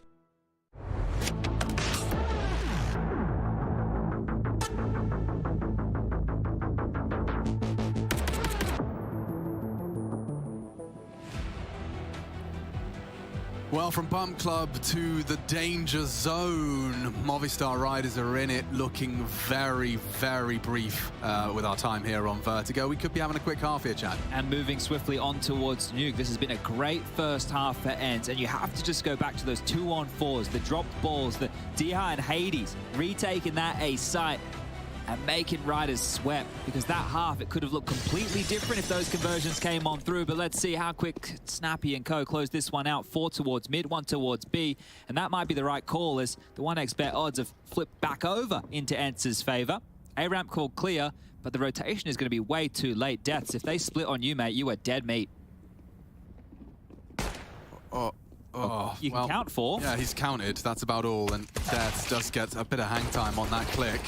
There goes all of their util. And so Nuke, we were talking about Nuke. Yeah, it's a pretty good map. I like it too. And it definitely does seem like we'll be getting there rather quickly. Unless Davy wins a 1-on-4 with a P2K, which apparently all the hipsters out these days are equipping. Yeah, that's true. Trying to be different. And succeeding, certainly for ENCE. 14, bang on the money. This one is going to be a quickie. Yeah, I think there, once you see the setup of Movistar riders and then you see what ENCE have opted to go for, you can tell the round is over if Death doesn't get a multi-kill. Right? If he does not get a multi-kill in that position as the only... The B-bomb site is hard enough to retake at the best of times. Imagine a pistol round, close corridors against Glocks. You don't have to imagine, actually. You just witnessed it. So...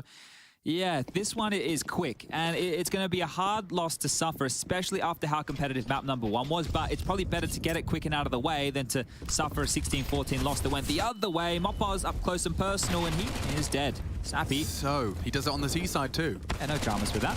Takes his SMG and commits through the smoke. Alex at least able to keep himself alive, and oh, he's dead. He's dead. Madden just misses him. So many different bodies now on that side. They can peek him in unison. There's lots of threats, and they have managed to find another head. And that's very prickly. And they could try and pick up the Galil right now, but actually rotated away, expecting that kill. They showed 3 bodies. I think they assumed that the information from Madden would send them spiraling towards the other side, but that's not the case. The next fight could be Diha versus Alex over towards short. This nade might be perfectly placed. He does hit him with his deagle. 8 HP left out of 1 initially, and there's the finish. There's the flourish. There's more to be said about this round. Sun Pius spots out Diha, does connect. Nice work from the pole. Everyone's here. Yeah, a little bit of a hot and spicy game of Wingman. Fakes out the site. Deviation from the norm on the plant. Gets away with it, and now they can slink away on a timer where that MP9 loses its potency. Spinks off angle, good for the first, and just a deagle for deaths. He's got it in him. And so 18 for Diha and Spinks as they do catapult up to 15. Yeah, this one's over. That was a force buy there from the Riders. They'll have to do it again. This time it'll be slightly bolstered. You can see a Famous in the mix. There'll be an MP9 out to show. So the full menagerie of weaponry. Actually, maybe not. It is going to be 4 MP9s and a Famous. Walk into round number 18, and this might be the quickest game we see in the playoffs. This has been fast as you like. And it's just about closing this one down, and so you're going to be feeling great, right? You lose your map choice, you bounce back on their punish pick, and you devastate them, and you go into Nuke, where you have a fantastic record in recent history. Sure, you had a bit of an oopsie on your T side just the other day against Fnatic, but you're going to be feeling pretty solid about things. Snappy lining up a Molotov. There you go. Just going to learn that one at home. Download the demo. Snappy's going to get peppered on through. Now this, hasn't been a wildly entertaining map if you were looking for some solid Counter-Strike from both, but it's been great to see the masterclass from ENCE. It's had some fantastic moments on the retake, so if you're an ENCE fan, you're starting to believe that this semi-final berth is still a possibility. Yeah, so much at stake. It's good to see ENCE not roll the Nova after a tough first map. Quite the contrary. Moppus does not choose to engage the smoke. And that's the hold from Madden. The frag comes through. 4 required. There's another example of not playing in the fade, right? So he moved out of the line and then stepped back into it. Seems to just be more and more what these players are doing these days.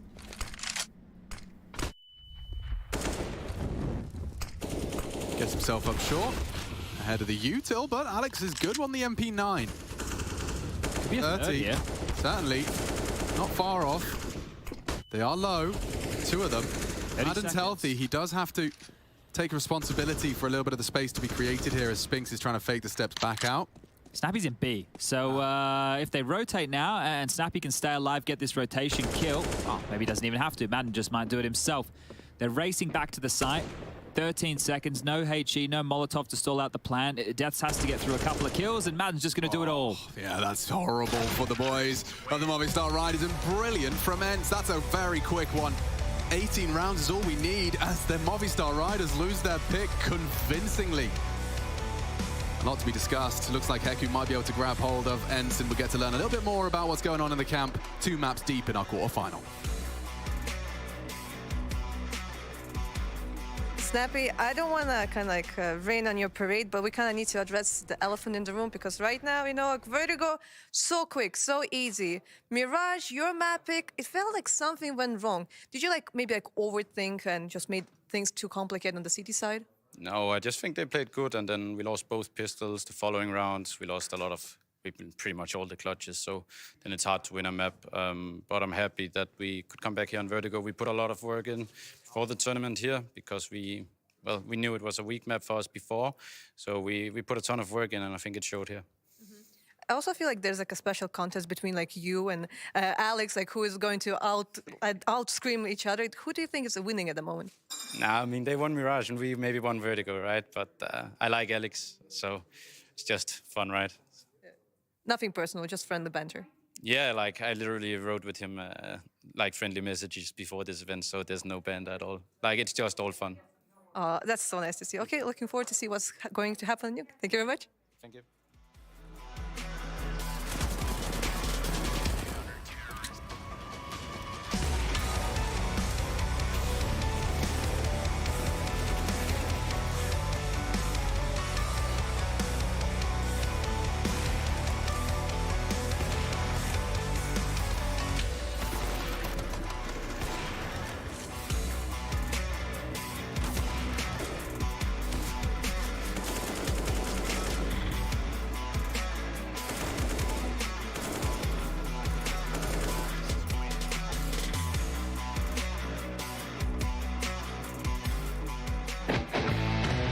Hey guys, it's Robs. I'm going to show you a few tips and tricks on where to go B and how I prefer to anchor sometimes, and maybe you can implement it to your own playstyle. So on where to go B, if you want to play around the site and you're mostly alone, then you can just use this box here to get the information if they're coming up the stairs. And if they do, you want to use your smoke and save your smoke for that. You can just use your smoke like this. And they're just gonna buy you a lot of space because you can, like, okay, they're coming, you're gonna fall back, and now you're buying time for your teammates to rotate, and they can always flash above the site here. You're just gonna play around the smoke. They might jump on top, and you just try to frag as much as you can. And the most important thing is that you just buy time. Good way to hold B is when you have two people holding it, and one of them is playing around this general area, so he's gonna hide and hold wood if they can boost and jump on top of it, and you have your teammate around the site somewhere just spotting down the info if they're coming up. If they execute and your teammate is telling that they're coming up, you can also use your smoke here. This is what I like to do sometimes, and you're basically blocking this whole area, and you can just hide here, you can jump on top of this, and you can again buy a lot of time. And by then, like, your teammates are going to be window flashing above you, and you can just pick off all the guys here easily, and even fall back to quad, because if they molly it, it's going to obviously dissipate and come back. So if you want to play aggressive, I usually just play around wood and kind of try to capitalize on the timings. I'm feeling really comfortable here when I play, and sometimes I have a teammate right there holding a flash, which is gonna land like this. I'll show you now. You just go against this wall and I aim on this line, and it has to go between the stairs and the wood. So just about there, and this flash would land right down the stairs, and if you want, you can peek down with it. Just playing around the wood in general is a good way to be aggressive, and you can always fall back if needed to do so. Alright, that was it. These were some quite common setups on where to go B, and you'll probably see some teams using them in Pro League. But if you'd like, you can try them out, and you can tell me how they work on social media.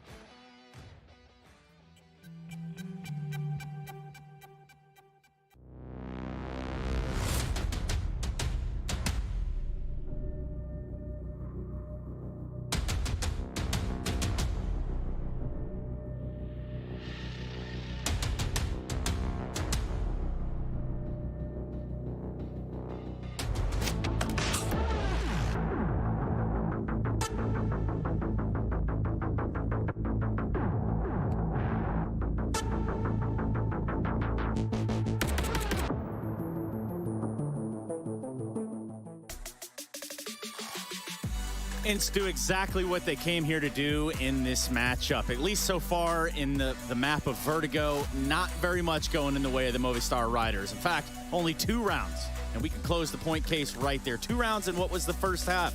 Everything else, all the way for ENCE. Yanko Casad on the case. Yeah, we definitely got our answer as to whether ENCE will be able to bounce back from that tough loss on Mirage. That was quite a bit of a shellacking they gave to Movistar. I mean, result-wise, you can say it like that, definitely. But as we were looking at the game, there's a lot of close rounds that were decided on ARM, right? And if one of those rounds went in favor of Movistar Riders, ENCE would have no money. You know, up to the point, like round of 10 or 11, they were like on a 500 tops, right? 800 maybe dollars in the bank. But from there, like, even if they won one round of those, like, and Movistar Riders would get probably 4 or 5, and that would give them a fighting chance in the second half. They got nothing. It was 13-2, and obviously they lost the pistol after. And schlanking is the right word. Shellacking. Hold on, let's try that one again. Schlanking. Schlanking, yeah. That sounds even more like provocative almost, like a schlanking. Truth be told, there's really not a whole lot to take from here. The first kills speak for themselves. The clutch is kind of a non-factor in that aspect. But at least for the Movistar Riders, they've probably been put back onto a level playing field. Well, that's why we put up that map pool graphic, before the game, even before the whole series started, right? It was difficult to find a pick for Movistar that felt right.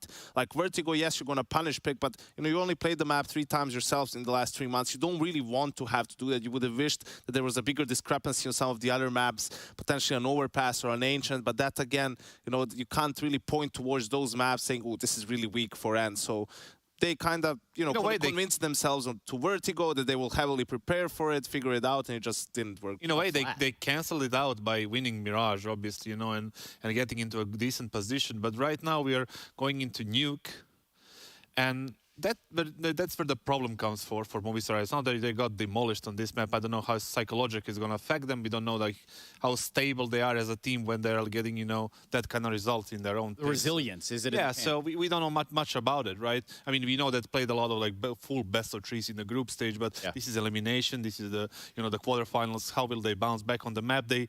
ENCE likes, and they're like 10-1. Was it Yanko? Yeah. Yeah, so in case you're just joining us, that third and final map here is going to be Nuke to separate these two teams once and for all. What was a very close first map, the second map, flat as a soda, and then we look at Nuke to decide.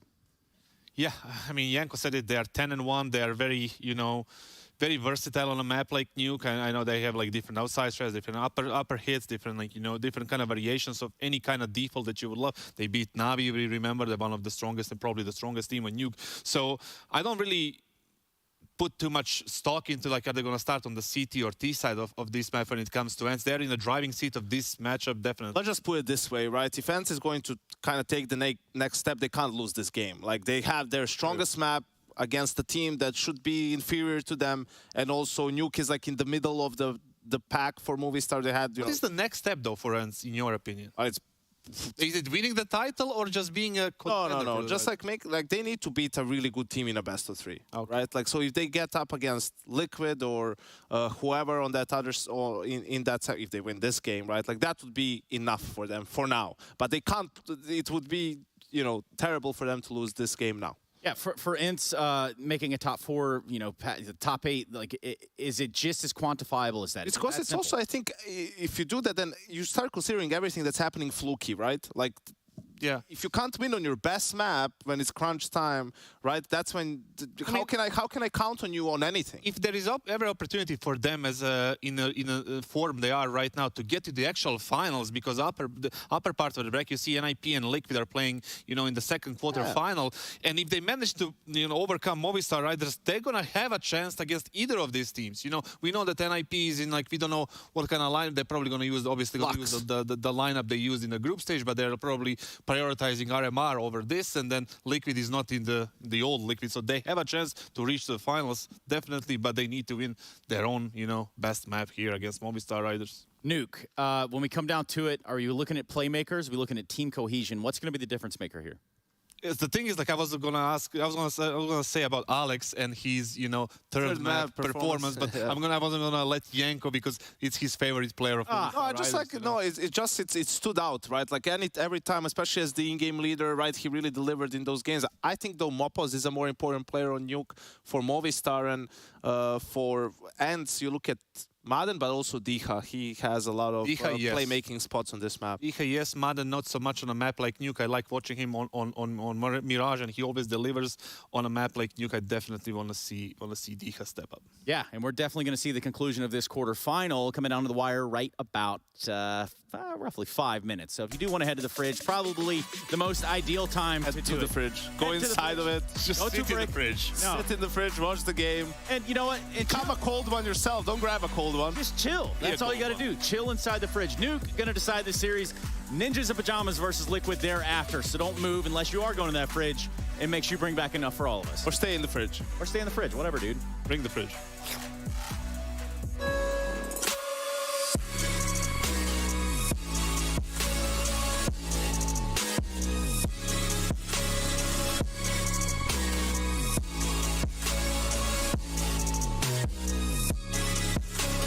You love it, you wear it. What's your style? Get your merch at shop.eslgaming.com.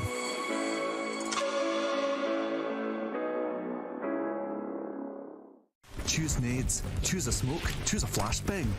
Choose team badges to support your favourite CSGO team. Choose an ESEA Premium membership. Choose routes you know bring in wins. Choose pro video tips. Choose the fan club wars. Choose behind the scenes content. Choose good grades. Choose guns you know you can shoot right. Choose bingo. Choose the equipment you know is going to get your team the win thanks to heat maps. Choose the CSGO Hub Premium, the complete package to help you and your squad achieve all your CSGO goals. We got us in 2019. Play City, I don't know. No. What? No chances. No, we sucked back then. I mean, we still suck now, but we sucked back then too. Yeah. No chance there. Uptick.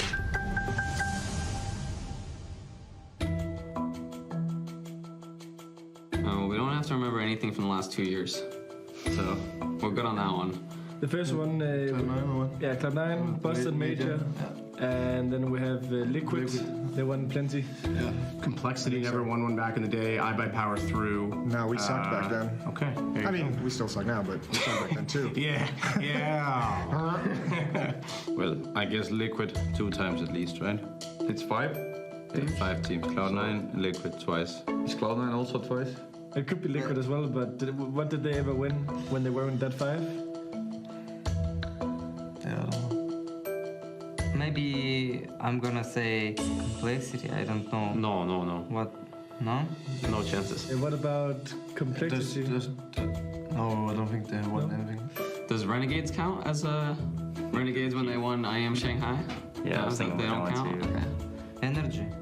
Oh yeah, maybe. Yeah, Energy for sure. I know Energy had one, I think, in Beijing or somewhere in China, some Star Series one. I remember Energy won some. So let's say was it S-Tier tournament? Yeah, I'm not sure if they were called Energy or EG when they won in China, but they won a tournament in China under one of those two names. Wait, of course, EG has won, I think. But I'm not sure if EG. What did they win? EG. It's gonna be Cloud9 2 times, second team. Okay, Liquid 3 for sure, because they won the Grand Slam, right? Yes. So I'll go twice Cloud9, Liquid, EG, and Energy. Okay, so we got the Cloud9 major winning team. We got us in 2019. Liquid with the Grand Slam. Liquid with the Grand Slam. EG won about New York 2019. EG New York, Optic, won E-League Season 1. Okay, TSM, Cloud9, Liquid, EG. For example, Optic, yeah. And the missing team was Optic.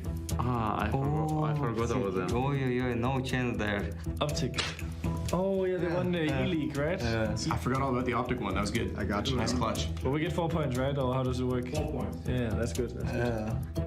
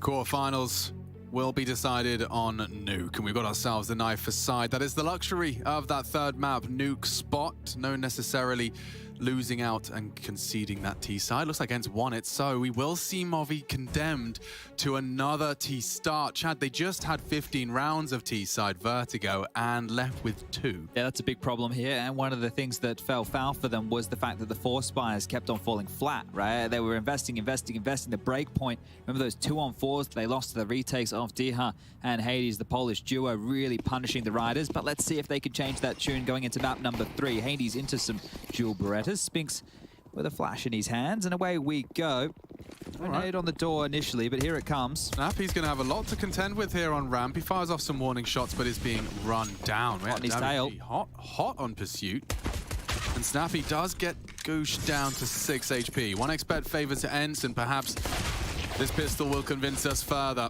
Madden, lots of targets. Holds his own. Snappy. It's Snappy with 2. Hades comes around the corner, and now all onto Mopos. They are low. If he could just find Hades, Madden's closed the gap in vents. But Snappy pulls that out. They were running him down. This is Hades' duel to lose. So much damage. Oh, now I found. Okay. Madden had such low HP. If he had just taken a slash. Okay. Snappy as well with 2 in that situation. He had his bodyguards come and back him up. Diha stalled them out initially, and then it looks like it's Madden. It looks like Madden's getting both those kills, but it's Snappy in the kill feed, and here it is. Yeah, just with the cusp of his head over the lip. Mopos made a meal of that one. Could have given him a real opportunity, and then straight into the jaws of Madden for the final. I mean, he's not to know. He's not to know, but God, that left click could have been something. We've seen this before. Hades likes to get out this AUG to patrol the yard, right? Not a scout, an AUG. And then you've got an M4 in the hands of Diha, and a push up from Madden here with an MP9 in hand. He's going to tuck on in, play the close angle, and a lot of Glocks to farm up here. So ENCE could make a bit of money off this one. You heard Snappy in the interview as well. He talked to Heku briefly. That's lovely. 2 will do on the MP9. Spinks to fill the gap. Davig did manage to do something with that Glock, but they're running into Snappy's SMG, and he's been working magic with this MP9 on Vertigo. He continues to continue the trend over here on our 3rd map. Yeah, the AUG out, didn't get to see too much action, but it will still be very relevant into our next gun. Now, this is one of the keys here for the Riders. We know that Mopos loves to get down the vents, to get into the back lines there and make things extremely awkward, but we're straight into 5 AK-47s going up against 2 MP9s, 2 M4s, and the AUG. Lots of utility.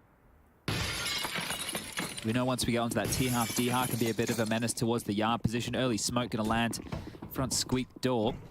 Mopos with the HE to blow that one off. And an immediate denial of any positioning for Sampaius at ramp. This is aggressive from Diha with Hades overlooking business with that AUG scope from range. Just chipping away through the smoke to lure them into Diha's position. He's going to tuck up nice and tight under the silo here. Not the traditional position. He's not on the little barrel in the background. He's actually leering forward here, Diha. This is an awkward angle he's adopted with the flash, the peek, the info. It's good. That is an opener for Diha early into the piece. That leaves you feeling frustrated if you're Alex. He was barely leaving spawn, and a white screen and a quick frag out of Diha.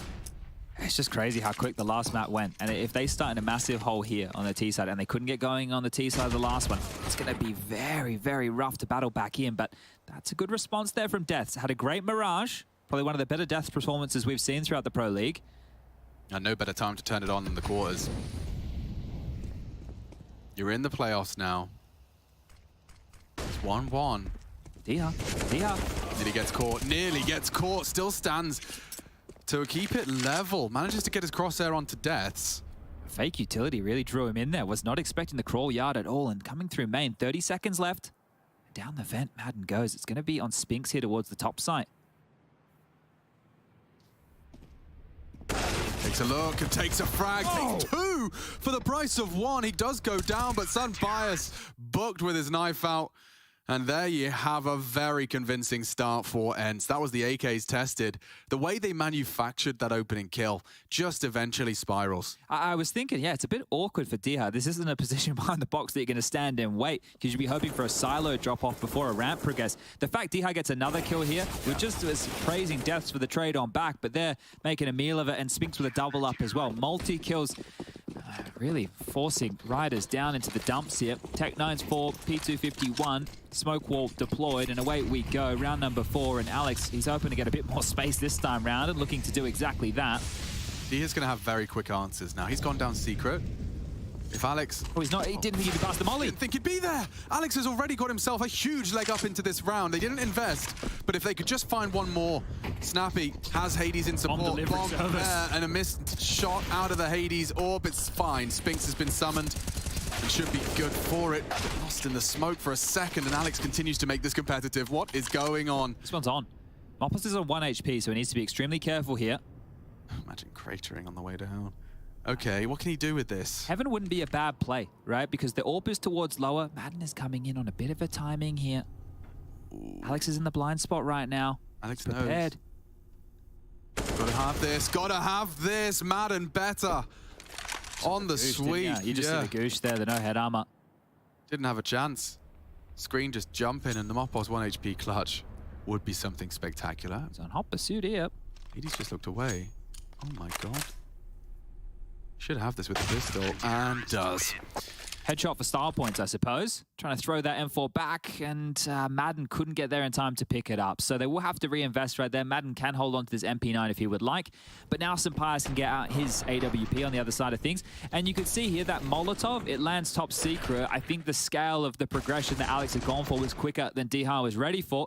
And that was a way that made this round interesting. So a good chance for Riders now. Yeah, that was promising. That's signs of life.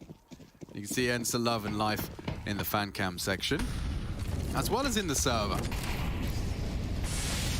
Lots of mollies here, the extinguish, and Spinks jumping over the top. He's going to get himself tucked on in close towards the squeaky door, but Moppos has found Dihar through the smoke, so an opener manufactured through bullets alone.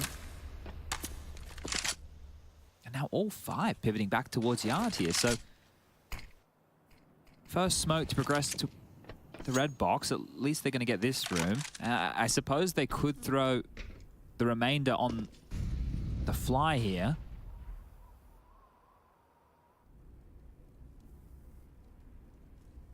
They're all congregated. If they were to boost, Hades has them. He can jiggle out on the cross back. Second wall of smokes is dropped. Does catch a glimpse of one. The only info is one. But they still transition quite aggressively down silently. Spinks will hear all of this. He knows the final commitment, the vent rotate.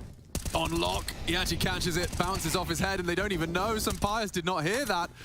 And now Movistar Riders just completely dilapidated. There's nothing left of them. An odd turn of events puts us in a 2v3 with 30 seconds. Alex to try and be the hero. Snappy pulls his crosshair away. It's one. Moppos to come up clutch, and Hades is having none of that. Chad Birchall's got the weather. Spinks's position caught them completely off guard because Deaths, instead of watching the vent, was helping the team entry into the lower side. The Molotov was meant to corral the vent rotation, but because Spinks didn't show himself, right, they had no idea that he could be there so quick. That's the difference maker, because Spinks immediately kills Sampires, who's posted up towards ramp. That enables the push on down from the CTs, and the trades just fall in their favor. It just comes down to that little detail. Wow. And it is odd there that the Bottle of Flame released from the hands of Death doesn't actually catch either the sound cue, potentially those comms going on, or it doesn't get any visuals on Spinks because he stepped out into that. It must have just been off with the timing, but that's a 5-0 start right now. This Movi T-side lockout you were prophesizing, or at least suggesting, does seem very real now. Admittedly though, ENCE with the pistol and its conversion, they have taken them back down into a half buy. Sampires very loudly makes it just as the smokes do fade, perhaps trying to bait for Moppos, but Madden's going to be far too wise for their silly reindeer games. They still have a molly and a flash here to get in towards this lower side, but that's the best. No smoke. So they need to hope they can find a kill. And look at Snappy's position. He's tucked on in towards the windows. A very passive line. Oh, very. Yeah, like this one is filthy. I do not envy Alex as he clears through. Gives them nothing. We'll have to eventually.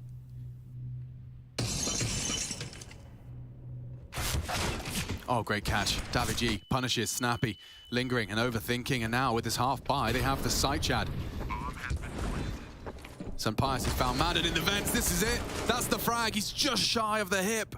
Need Deaths to finish this. He has to find this frag, and has. Rifle falls into his hands, and they still have the man advantage. That'd be a save, and it is. They're just going to back on off. It's crazy how that one fell apart. I'm not quite sure how that one fell apart so quickly there. They came through the single door before the utility was thrown towards ramp. The window was broken. Snappy was still glued towards that position, but David G's already come out behind them. So the odd scaling of Riders has actually profited in this one, and they're going to walk away with their first rounds here. Oh, there's a confidence boost. You can build on that. You can build off that. If you can just demonstrate to yourselves, you can do it with the rifles now. Show that ENCE can bleed, show that ENCE can look silly. Look at this door opening. So Davigi hits it very quickly. As the glass is breaking, he just sees a big bottom sticking out, and it could have got worse. If he slipped through, Alex unprepared and lost map control. Didn't end up that way. Yeah, I can understand why Snappy's not turning away, because you know that there's a player there about to throw out some utility, but regardless, they can buy back in. And if they lose another consecutive round, Riders will have them right where they want them. What's the call? You can see intent from their positioning. It's the same opening, right? They molly top hut and they throw out the smoke to land front squeaky. That's always going to put the question mark of event rotation, event drop, event pop. He's aggressive now. Initiative being taken here. Yeah, he wants to punish this lobby presence, and he didn't choose to engage. They may have not have spotted him either. He saw a bit though, didn't he? And with some sound cues, they've done this a lot. So the Riders aren't going quick towards yard. They're waiting, walking into the AWP. Mopos goes down. That is an opener that they've given away here. Oh, you've lost Mopos, and now you've lost lobby. ENCE's CT side, one to fear. A second Molotov invested into Diha's secret stairs. And the whole squad are on their way. Smokes are going to be fading any second here. They're going to be in the open. Yep. Oh, no one's looking. It is Madden towards CT spawn. And if they want to crawl around his position, this box is difficult to check. Pack rolling mentality here. They kind of have to with lobby dead. And Madden's actually backing up. Look at this. Oh, what an angle. You're going to be very frustrated to go down to that one. Now another duel, this time too much to ask, but you've only got yourselves hell. Bit of warehouse control, lobby a question mark. Look at the CT's positions, they're everywhere. It's going to be a real maze you have to traverse if you want to get to a site safely. Lobby cleared again. Diha has ramp. Flash into the top site's not a bad answer. It's Hades that's probably not going to be too punished by that. Spotted, missed, and slapped. Big one from Davigi on the descent. In the hut, Snappy good for it, and now to try and contest that plant. Oh, some bias close, but no cigar. 6 now for ENCE. They made something out of that, right? After they lose that lobby fight early and then Madden gets one back, you think they're going to have a harder go of things right there, but they do make a round out of it, Riders. Unfortunately, not getting the bomb down, but there's enough money to buy off the back of their earlier success with just the pistols. Now, yeah, Madden getting one there. The flash into top was great, and it kind of turns into ENCE the ones who are having to fight their way on in. Diha gets himself into an MP9. He has the worst weapon in the round. Hard Smoke's lined up again here. Alex is forward, and so is Diha. This could be the initial exchange up and over the box. Diha hasn't spotted him, and Alex should have him dead to rights. It's a big opener. The equalizer. Rushley expecting Snappy. He's got the whole squad coming to his area of the map. Gets info, sticks around, tries to pluck ahead, and that's been punished. Davigi, a sharp shooter. I know that Hades was lower with the AWP, but he's still focusing on secret. That's where Alex showed himself moments ago. And they're actually backpedaling. They're not continuing towards the lower side. Up through towards the lobby. Sphinx is in the heavens. Oh no, in hell actually. It might be feeling that way soon if they just walk in towards A. Doors are being opened and closed, so audible's available here. And if Madden comes up the vent and the door is blown off, he will be dead. Oh no, this can go wrong. This really can go wrong. Up the vents with his back turned. Some Pius is next. Deaths does get Sphinx, and that can be the round. Deaths has found both crucial frags there. Yeah, that really could have got wrong, couldn't it? Coming out the squeaky door. So many ways. You could see why Madden was waiting in the vent, because he's waiting for that smoke to come out from Sphinx. If that was moments earlier, they would have been locked on out, and they might have had to have headed back towards the ramp position, but that has now broken ENCE. Something that the Movistar Riders were not able to do. Just juggling some nades. You know, he doesn't need them. The second one, lucky if your death's there, right? You can't get an easier kill, so beautiful stuff from him. But this is, yeah, as I'm saying, this was what the Riders were not able to do on Vertigo. They weren't able to break through and force ENCE's money to go down like this. They would keep losing rounds like you had just seen. So this is a massive leg up. Shotgun in heart. The next step is getting through the scary force buys with unpredictable CT aggression. Yeah, you'd hate to convert that round and then lose to this, wouldn't you? This should almost be the third confirmed, and if they pick up this round, almost the fourth, because it will have to be an ENCE eco, a virtue of the loss bonus. You know you're going to be mollied back here, Diha. It's happened a couple of times, and he's happy to sit and wait. So corralling Diha, he can't do a whole lot. He's Good molly. Tickled. Yeah, and they know he has to be wide now for the clear. Oh, Davi G, he just goes down. Didn't expect it. Hades, 2 on the dig. Real problems. Real problems for this T side. He's got the bomb carrier loose. He's got his back turned, and Alex is his next victim. Damage done. 2v4. Mopoz, he's made of stern stuff. Hasn't been able to manufacture the chaos he usually thrives within. And now D has just got the info. He's got the damage, and he's got the crosshair in the right place. Spinks has been spotted out in hut. This can still go wrong. Yeah, very much. Now Heaven's a problem. A big problem. Mopo's nice angle, could be able to just tap that head. The Deagle's too much, and he's been overrun. Look at that, disaster strikes, and 4 players still alive for ENCE. Oh yeah, they should take their time and go and collect some of these guns. Jay, the gun watcher, he enjoys a gun or two, sees that one has been lost down the slink of Silo, but just trying to grab back what they can for Madden. Where did you kill him, Hades? We need these guns back, my friend. Well, that was the first, and this was the second. Beautiful stuff there, even a little bit more damage done. This was the Silo kill with that gun dropping on down, and you can see exactly why Madden was having a rough go of things, but they're able to get 4 AK-47s to carry on through. So just as we think the Riders are broken through, they're the ones who get broken back. An uppercut it feels forced like them into a timeout. Yeah, their back is broken. Oh, just as you start, bucking the trend of Vertigo. Just as it's like, okay, we've actually humbled them. We've humbled them. We've got 2 rounds on a silver platter. Hades happens. 2 on the dig. I'm trying to do some quick maths here. I think in the last 27 rounds of play, Movistar Riders have won 4. If I've done my maths correctly. Let's just operate under the assumption that you have. Yeah, let me know if I'm wrong. People will.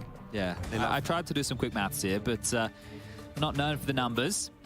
As Riders take the timeout, they buy in, and they're still aware of this brittle sake of the economy. So again, they're able to buy, but this time it's just one bigger mission. It's Mopoz into that MAC-10. The rest with the AK-47s, plenty of utility to splash into whatever type of formation they'll be looking for him. They're setting up for a top pop. I think Sampias is going to molly towards the back of the site, and they're going to try and explode into Madden and Spinks's domain. All right. Madden's going to have to reload shortly. 14 bullets left on that, even less now as they leap through down the vent. Going ramp. Mopoz has gone for it and gotten down successfully. No, back to the turn. Good trade. Daviji's in. Dehek should be able to cage them, but flashed and Molotoved off. They can descend, and Mopoz is cleaning up. He got 2 on their vent hold. Finally falls. Hades confirmed to be on the low side of the map. At the window break. Knows Alex can be close. Molotov pushes him forward, leads this duel. Alex stands vigilant. And now the bomb is down, but Diha is too. He's coming single. And he's ready to mingle. 2 above. Door opened. And thinking better of it, Sampias even has his exit.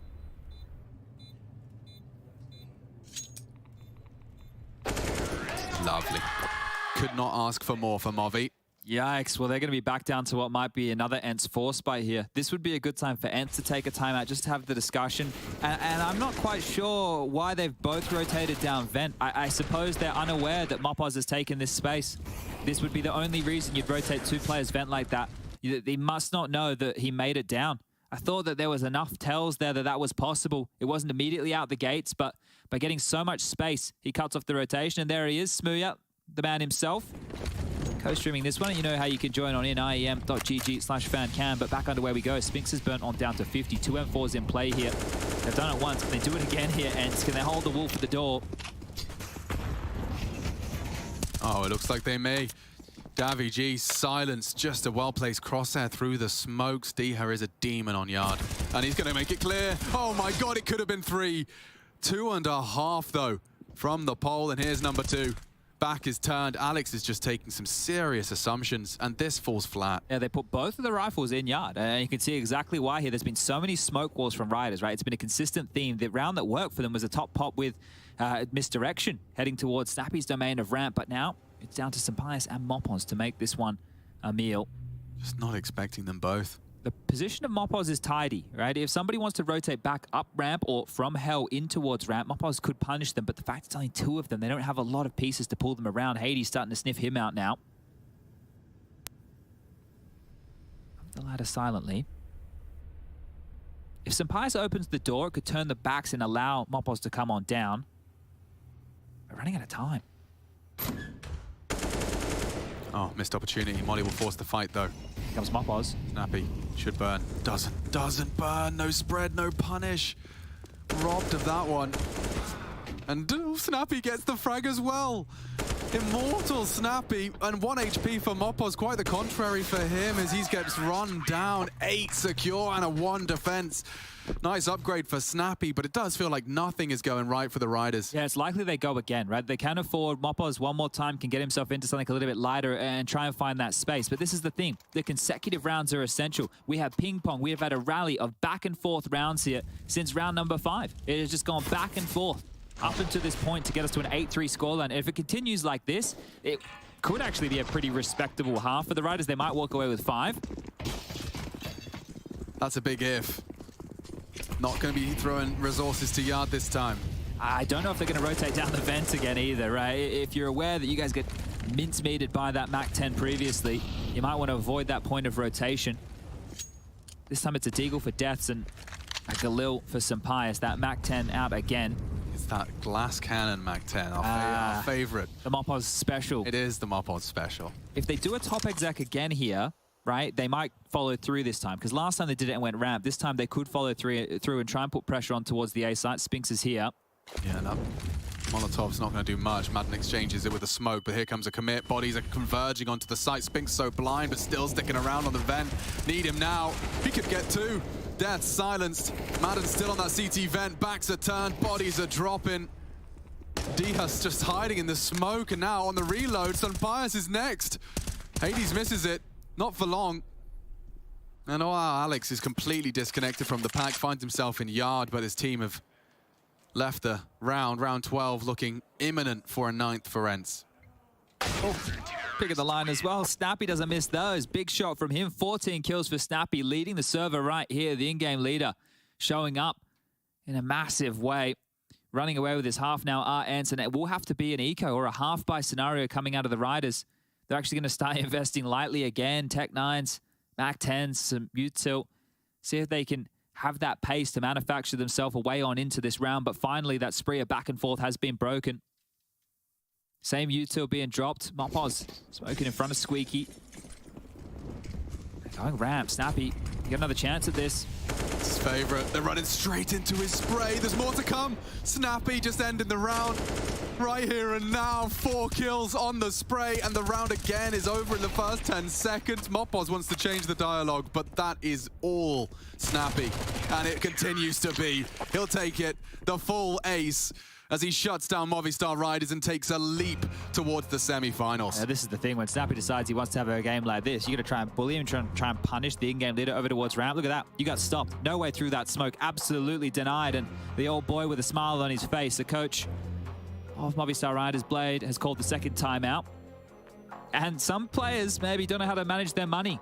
Mopos is going to have to go into a Galil here, and I felt like some of the issues for them on Vertigo was not having the full buys, not having the AKs out every single time. If you have to keep going into a Galil and you get the dink and die, that's the difference between a kill and a round, potentially. So 2 Galils. Tavi should be able to get into an AK to join Sampaius and Deaths here. So they've got the invest coming on through, but this is bleak now for the Riders. The last 2 maps of play, it's just been one-way traffic. ENCE have erected that CT-sided wall and showing the individuals are on form. He just can't get through him. You know, Snappy now has 19 frags, 5 kills added to his tally of the last round. Movistar Riders back to the drawing board. Deep nade here. Silo to punish, but just an info for Hades. Yeah, that one did sail and chip down Alex to 79 points of health. They have been doing these late smoke walls. So by Dihar playing forward like this, and they're going back to do it again, he should be able to rumble this early. If he gets 2 kills from an unlikely position... Oh, he's pushing again. Hades got the flash. With the flash again. Pushes the dry peak. Look at this, nade in your hand. Oh my god, Damage has to cancel. He is caught by Sampaius, an important frag, but they are low, and they're coming into Hades' warehouse domain. Sampaius on towards main roof. Noisy, he'll hear all of this. 3 down secret as he counts the steps. Lobby. Oh, it's still held. Death's an important frag. Got 2 lower right now. And Hades has been shut down. Madden, nearly 3. But Snappy, the hero of the former. The bomb's here, Snappy. He doesn't know, he's lost them. He's going to run into this. No idea at all. Knifed out. St. Pius is ready, and that will be 4. So some peculiar rounds in this first half. That one really did just kind of slip away from ENCE. You saw the frags coming through. I think Deaths may have actually really done a whole lot there with what seemed like a rather par for the course frag, but shutting down Spinx's lobby take causes the dominoes to fall. This was Madden. Yeah, and the thing is, like, he deals with those so quickly. You can see the assist there from Dio is going to be feeling a little bit hard done by that he didn't get a kill out of that. Snappy wasn't aware that the bomb was on the ground, because if he was, he might have played that one a little bit differently, but that's 4. 5 would feel real good here. It really would, wouldn't it? See how far they can get into this before frags start being found. It's a yard fake right now. They're just immediately heading back towards A to set something up here. St. Pius again in this roof position. Davi G lining up the smoke to land front squeaky door again. Mopoz is going to try and slink on down, I do believe. Okay, let's see if this El Toro nickname can be fitting for this last round. Spinx loves to jump on into the fight. Keeps Mopoz guessing as he tries to track where those bullets are going to come from. He's coming through. Right past him. Spinx in the smoke, somehow not dead. How is he alive? There's more. One from the rafters. Snappy farms up his 20th and there's no rebuttal. They'll play for the retake. Battered, bruised. Lobby the responsibility of St. Pius. Hades crawling in. Davi G does stop Snappy, but not before he pastes a second frag. Last round and a man advantage for this retake. A couple of flashbangs. That's the smoke. Gap, perhaps. Yes, Alex has one. St. Pius can play passive. Heaven a threat. Last few flashes in. Big one from Davi G. And they focus their attention now on main. The smoke should enable Alex as well to finish off Spinx, and he has. Just Hades and no time for this 1v3. A sigh of relief for Movi as they do post a 5th. A 10-5 half. ENCE probably satisfied. Movi relieved. They do manage to close the gap a little. 2 rounds back-to-back at the tail end of our first half of our 3rd map. We need to conclude Nuke. We need to lock in a team for the semi-finals, and it all happens after this break.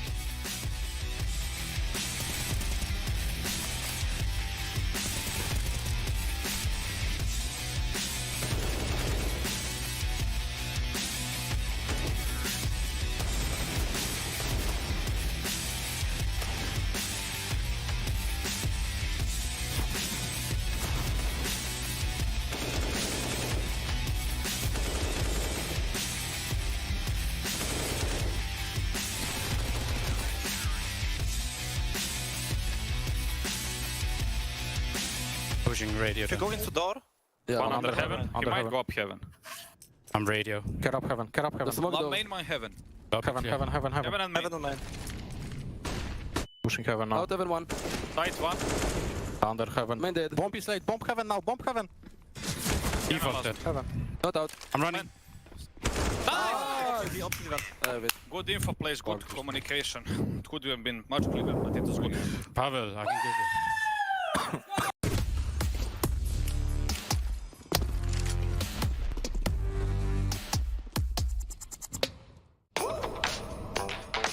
Hey Future Pros! Back on Nuke this time with a nifty smoke from Frozen that will give you a cheeky one-way for outside. To throw this smoke, get into the corner next to this door at main. Aim along this line in the middle between this dot and this vertical line while crouched. Then simply stand up and jump on the smoke.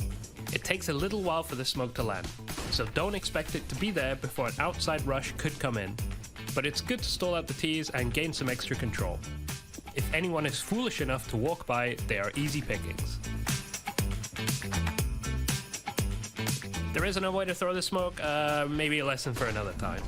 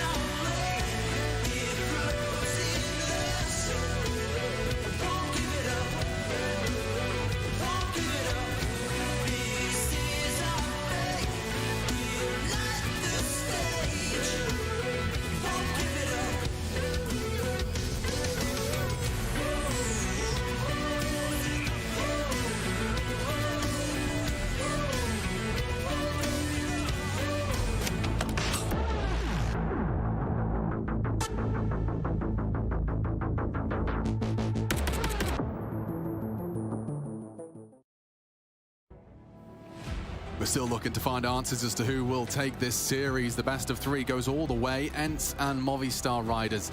It's been an up and down journey, an adventure, I'm sure. But for Movistar Riders, this has to be a competitive pistol. We've seen the power of the pistol on Vertigo. We saw the power of the pistol on Mirage. Snappy made it clear it's hard to win when you don't win one pistol. That was his words. Let's see if it does bite Movistar Riders. They lost the first, Chad, and they're heading into the second right now. Yeah, if they can pick this one up, you see how quickly a 10-5 half can shrink. Big round, though. Let's see. Lots of util. Snappy's getting geeky with it.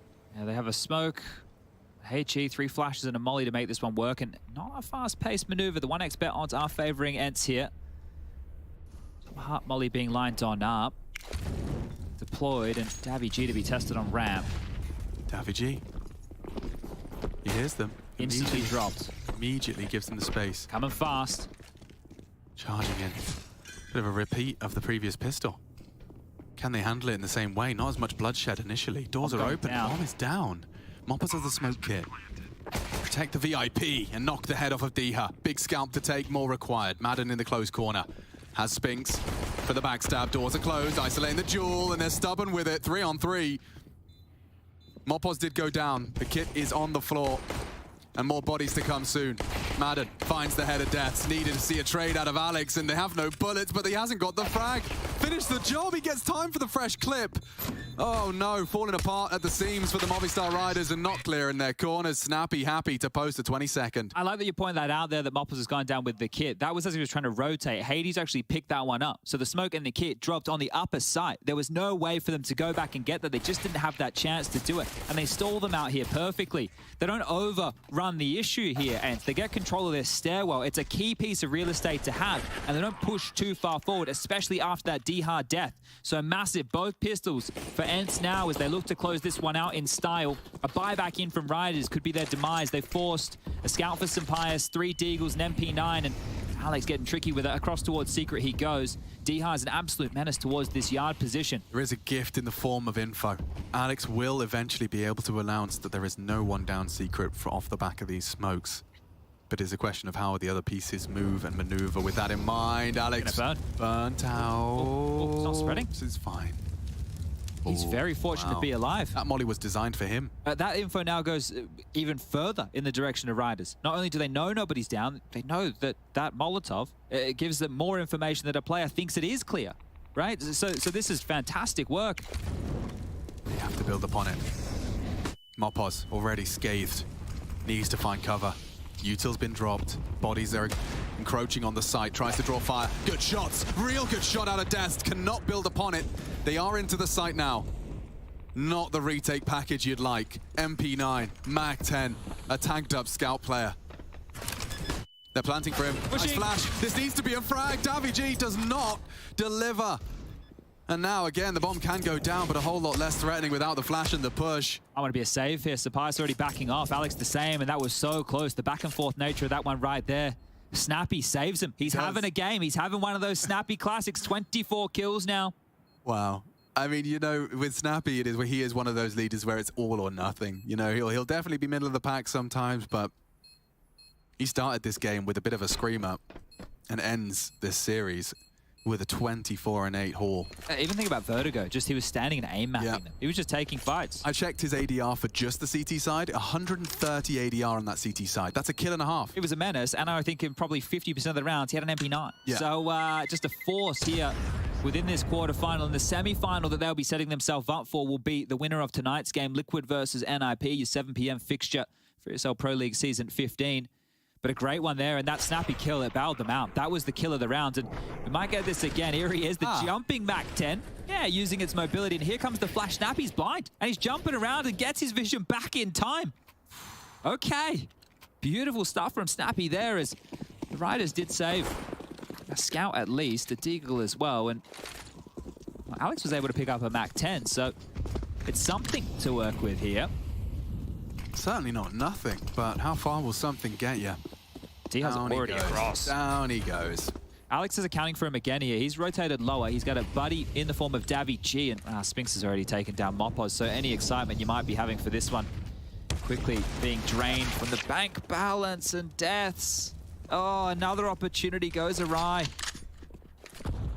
Just falling into place for ENCE, isn't it? Just as Alex arrives to clear it out, he goes straight through, perhaps to exploit, but they're watching you, and Madden's posted it. ENCE just going through the motions now. Yeah, this is going to be rough. This is going to be very, very rough. The fact that they've been able to get the pistol with the conversions, silver platter for ENCE right now. This is their map to lose. Davy and Sampaius just trying to see if they can get anything on the way out the door. Davy in the vent, going to reposition now to look up Secret. And Sampaius is actually holding on to the scout over towards CT spawn. So curious that he's holding on to this. You can see right now, if you look at the bottom right-hand side of your screen, he has 3550. With the loss bonus, he should be able to afford an AWP, no dramas. It's 2,900 into his bank balance in the next. And there goes Davy G. Hades will execute. They retain 4 rifles, an AK, and 3 Galils, as well as the MAC-10 in the hands of Diha here. So everybody staying alive builds a buffer for ENCE. If they want to go for a classic bonus round here, this is the potential knockout blow. Sampaius has opted to stay onto this scout. So if they do lose this round, he will have an AWP in the next round to play. That would be one of their only ways back in from a 14-5 scoreline. You're really gonna cross all your fingers and toes if you are a Movistar Rider fan or stan. Their margin for error has been ripped out of the server. Smokes are out from ENCE. Diha continues his adventures. No support on Silo. Alex safe to spray. It's a fake again here, and it looks like ENCE are the one setting up for a top pop. Utility being lined up on the roof here. More smokes being deployed to hold them at bay towards Squeaky Door. Snappy lining up the smoke for main, so this looking very likely to be a set piece towards top here. Minute 15 on the clock. What's the go? Use that bonus. Use those Galils and MAC-10s. Here they come. Util sailing through the sky. Mopos with a reactive smoke. Needs to survive. Diha, 1. Mopos using that smoke very effectively. Only the 1, though. They keep a lid on it. Scout in the feed. That's big from Pius. He's gone now, too. Swinging through. Alex does nothing with it. And 14 secure on the bonus push. So much cash now as well for ENCE. Movistar Riders quite the opposite. It's not like they were lacking bodies on the side to defend against that either, right? They had plenty of players there. They weren't out positioned. Normally you'd see them get locked out and expect a save here, but just trying to manufacture a gap on through. It was Mopos around that smoke, not enough. And the ENCE fans are going to be happy with this. So close to closing this one out now. The Riders can buy back in. Sampaius, as prophesized, has gone for that AWP. The big red button has been hit. Can he find more traction with that than he did the scout? He had some great stats on the AWP in groups. Seems the water's a little hotter here in the playoffs. Ramp punish. Just going to Davy's domain. He is very fall heavy, is Davy, but right now committed. He has to stand and fight. No way out. This has to be frags. Uncleared. Perfect. Snappy does go down, looking to build a second and able to do so. Sampaius is not allowed to retreat. The flames finish him. Madden slowed him in the Molotov with a tag and a big frag from Hades. Death looking the wrong way. How does it go down like this? And they know where he is. Mopos has the bomb, has some util, and has to think this one through.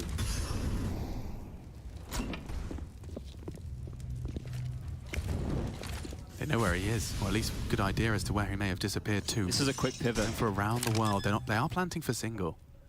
He sprays, he knows they're both there. Oh.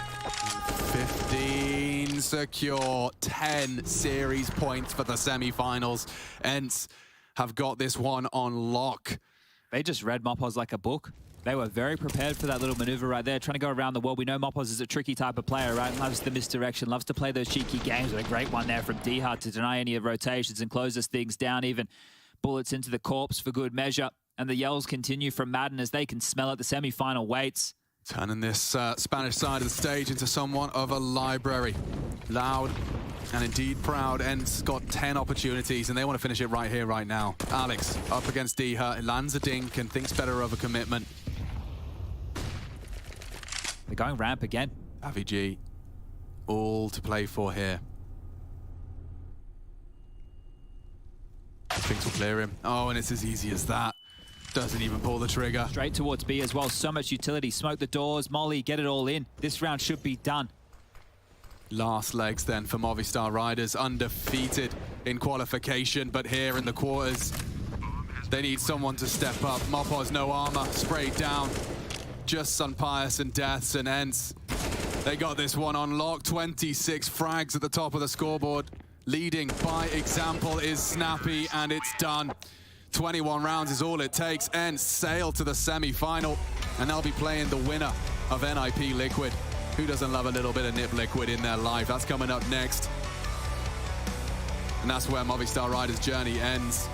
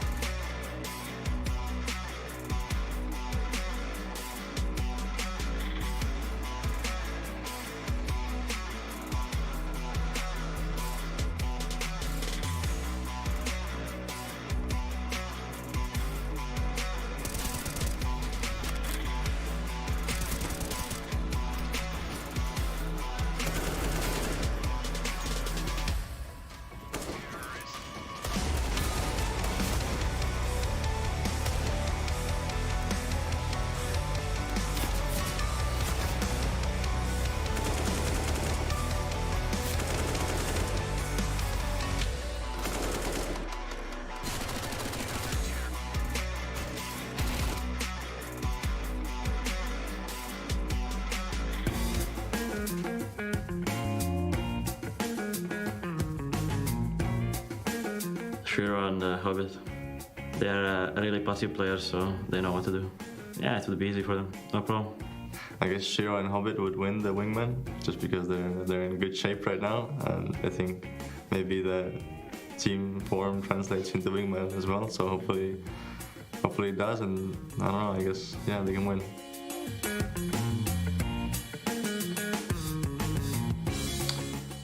If Saivu and Dupree wasn't trolling around, I think they would win, but I think they would be trolling, so Robs and Brocky would win. Yeah, like instantly I would say Saivu and Dupree, but like Marco, I think they would be trolling around, so probably Robs and Rogue.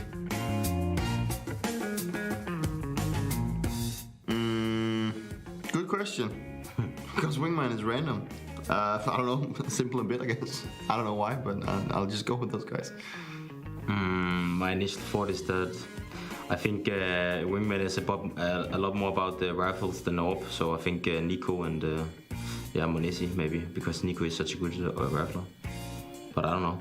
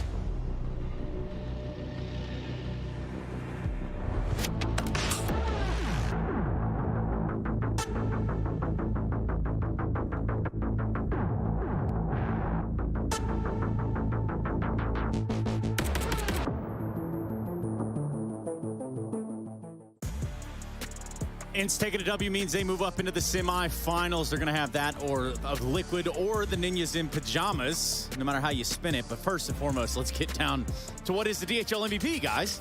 Can't forget that. You got to use your Twitch channel points, and then ultimately you type in chat the correlating name that you want to vote for. So let's just go over a few of the candidates right away. Who do you think a candidate is? Madden. Okay, it would appear as though he is one of the candidates, right up there with Snappy and Spinks. Wait a minute, looks like two different lists have been given here. Nonetheless, yes, use your Twitch channel points to get your votes in now, Maiden, and, well, look at Pavle. Makes sense. Look at him. Look at him, he's real happy about that. Dominating. There's a good chance it's just going to be 5 ENCE players, Trace, considering how map 2 and map 3 went. Or maybe not. Here's Kassad's boy, Sampayas. Yeah. Well, he's the one and only who kind of did something from Movistar Riders in these 2 maps, that, you know, the second and the third one. So Diha, though, definitely had some impact. He was all over the place. Yeah. Yeah, I mean, we expected a little bit more on the... He did fine, especially in some of those crucial rounds. We'll get into that a little bit later. Okay, well, yeah, we could get back to that later. DHL cares. DHL cares, and we care about you, DHL, especially you watching at home. So make sure you get those votes in. It's pretty simple. You use your Twitch channel points, you type it in, you use your Twitter fingers, and then you turn them into your Twitch fingers, and then you just kind of get that ball rolling. For us... Turn them with fingers. Spirit fingers as well. Hey, we've got a semifinalist, so that's pretty cool, Kassad.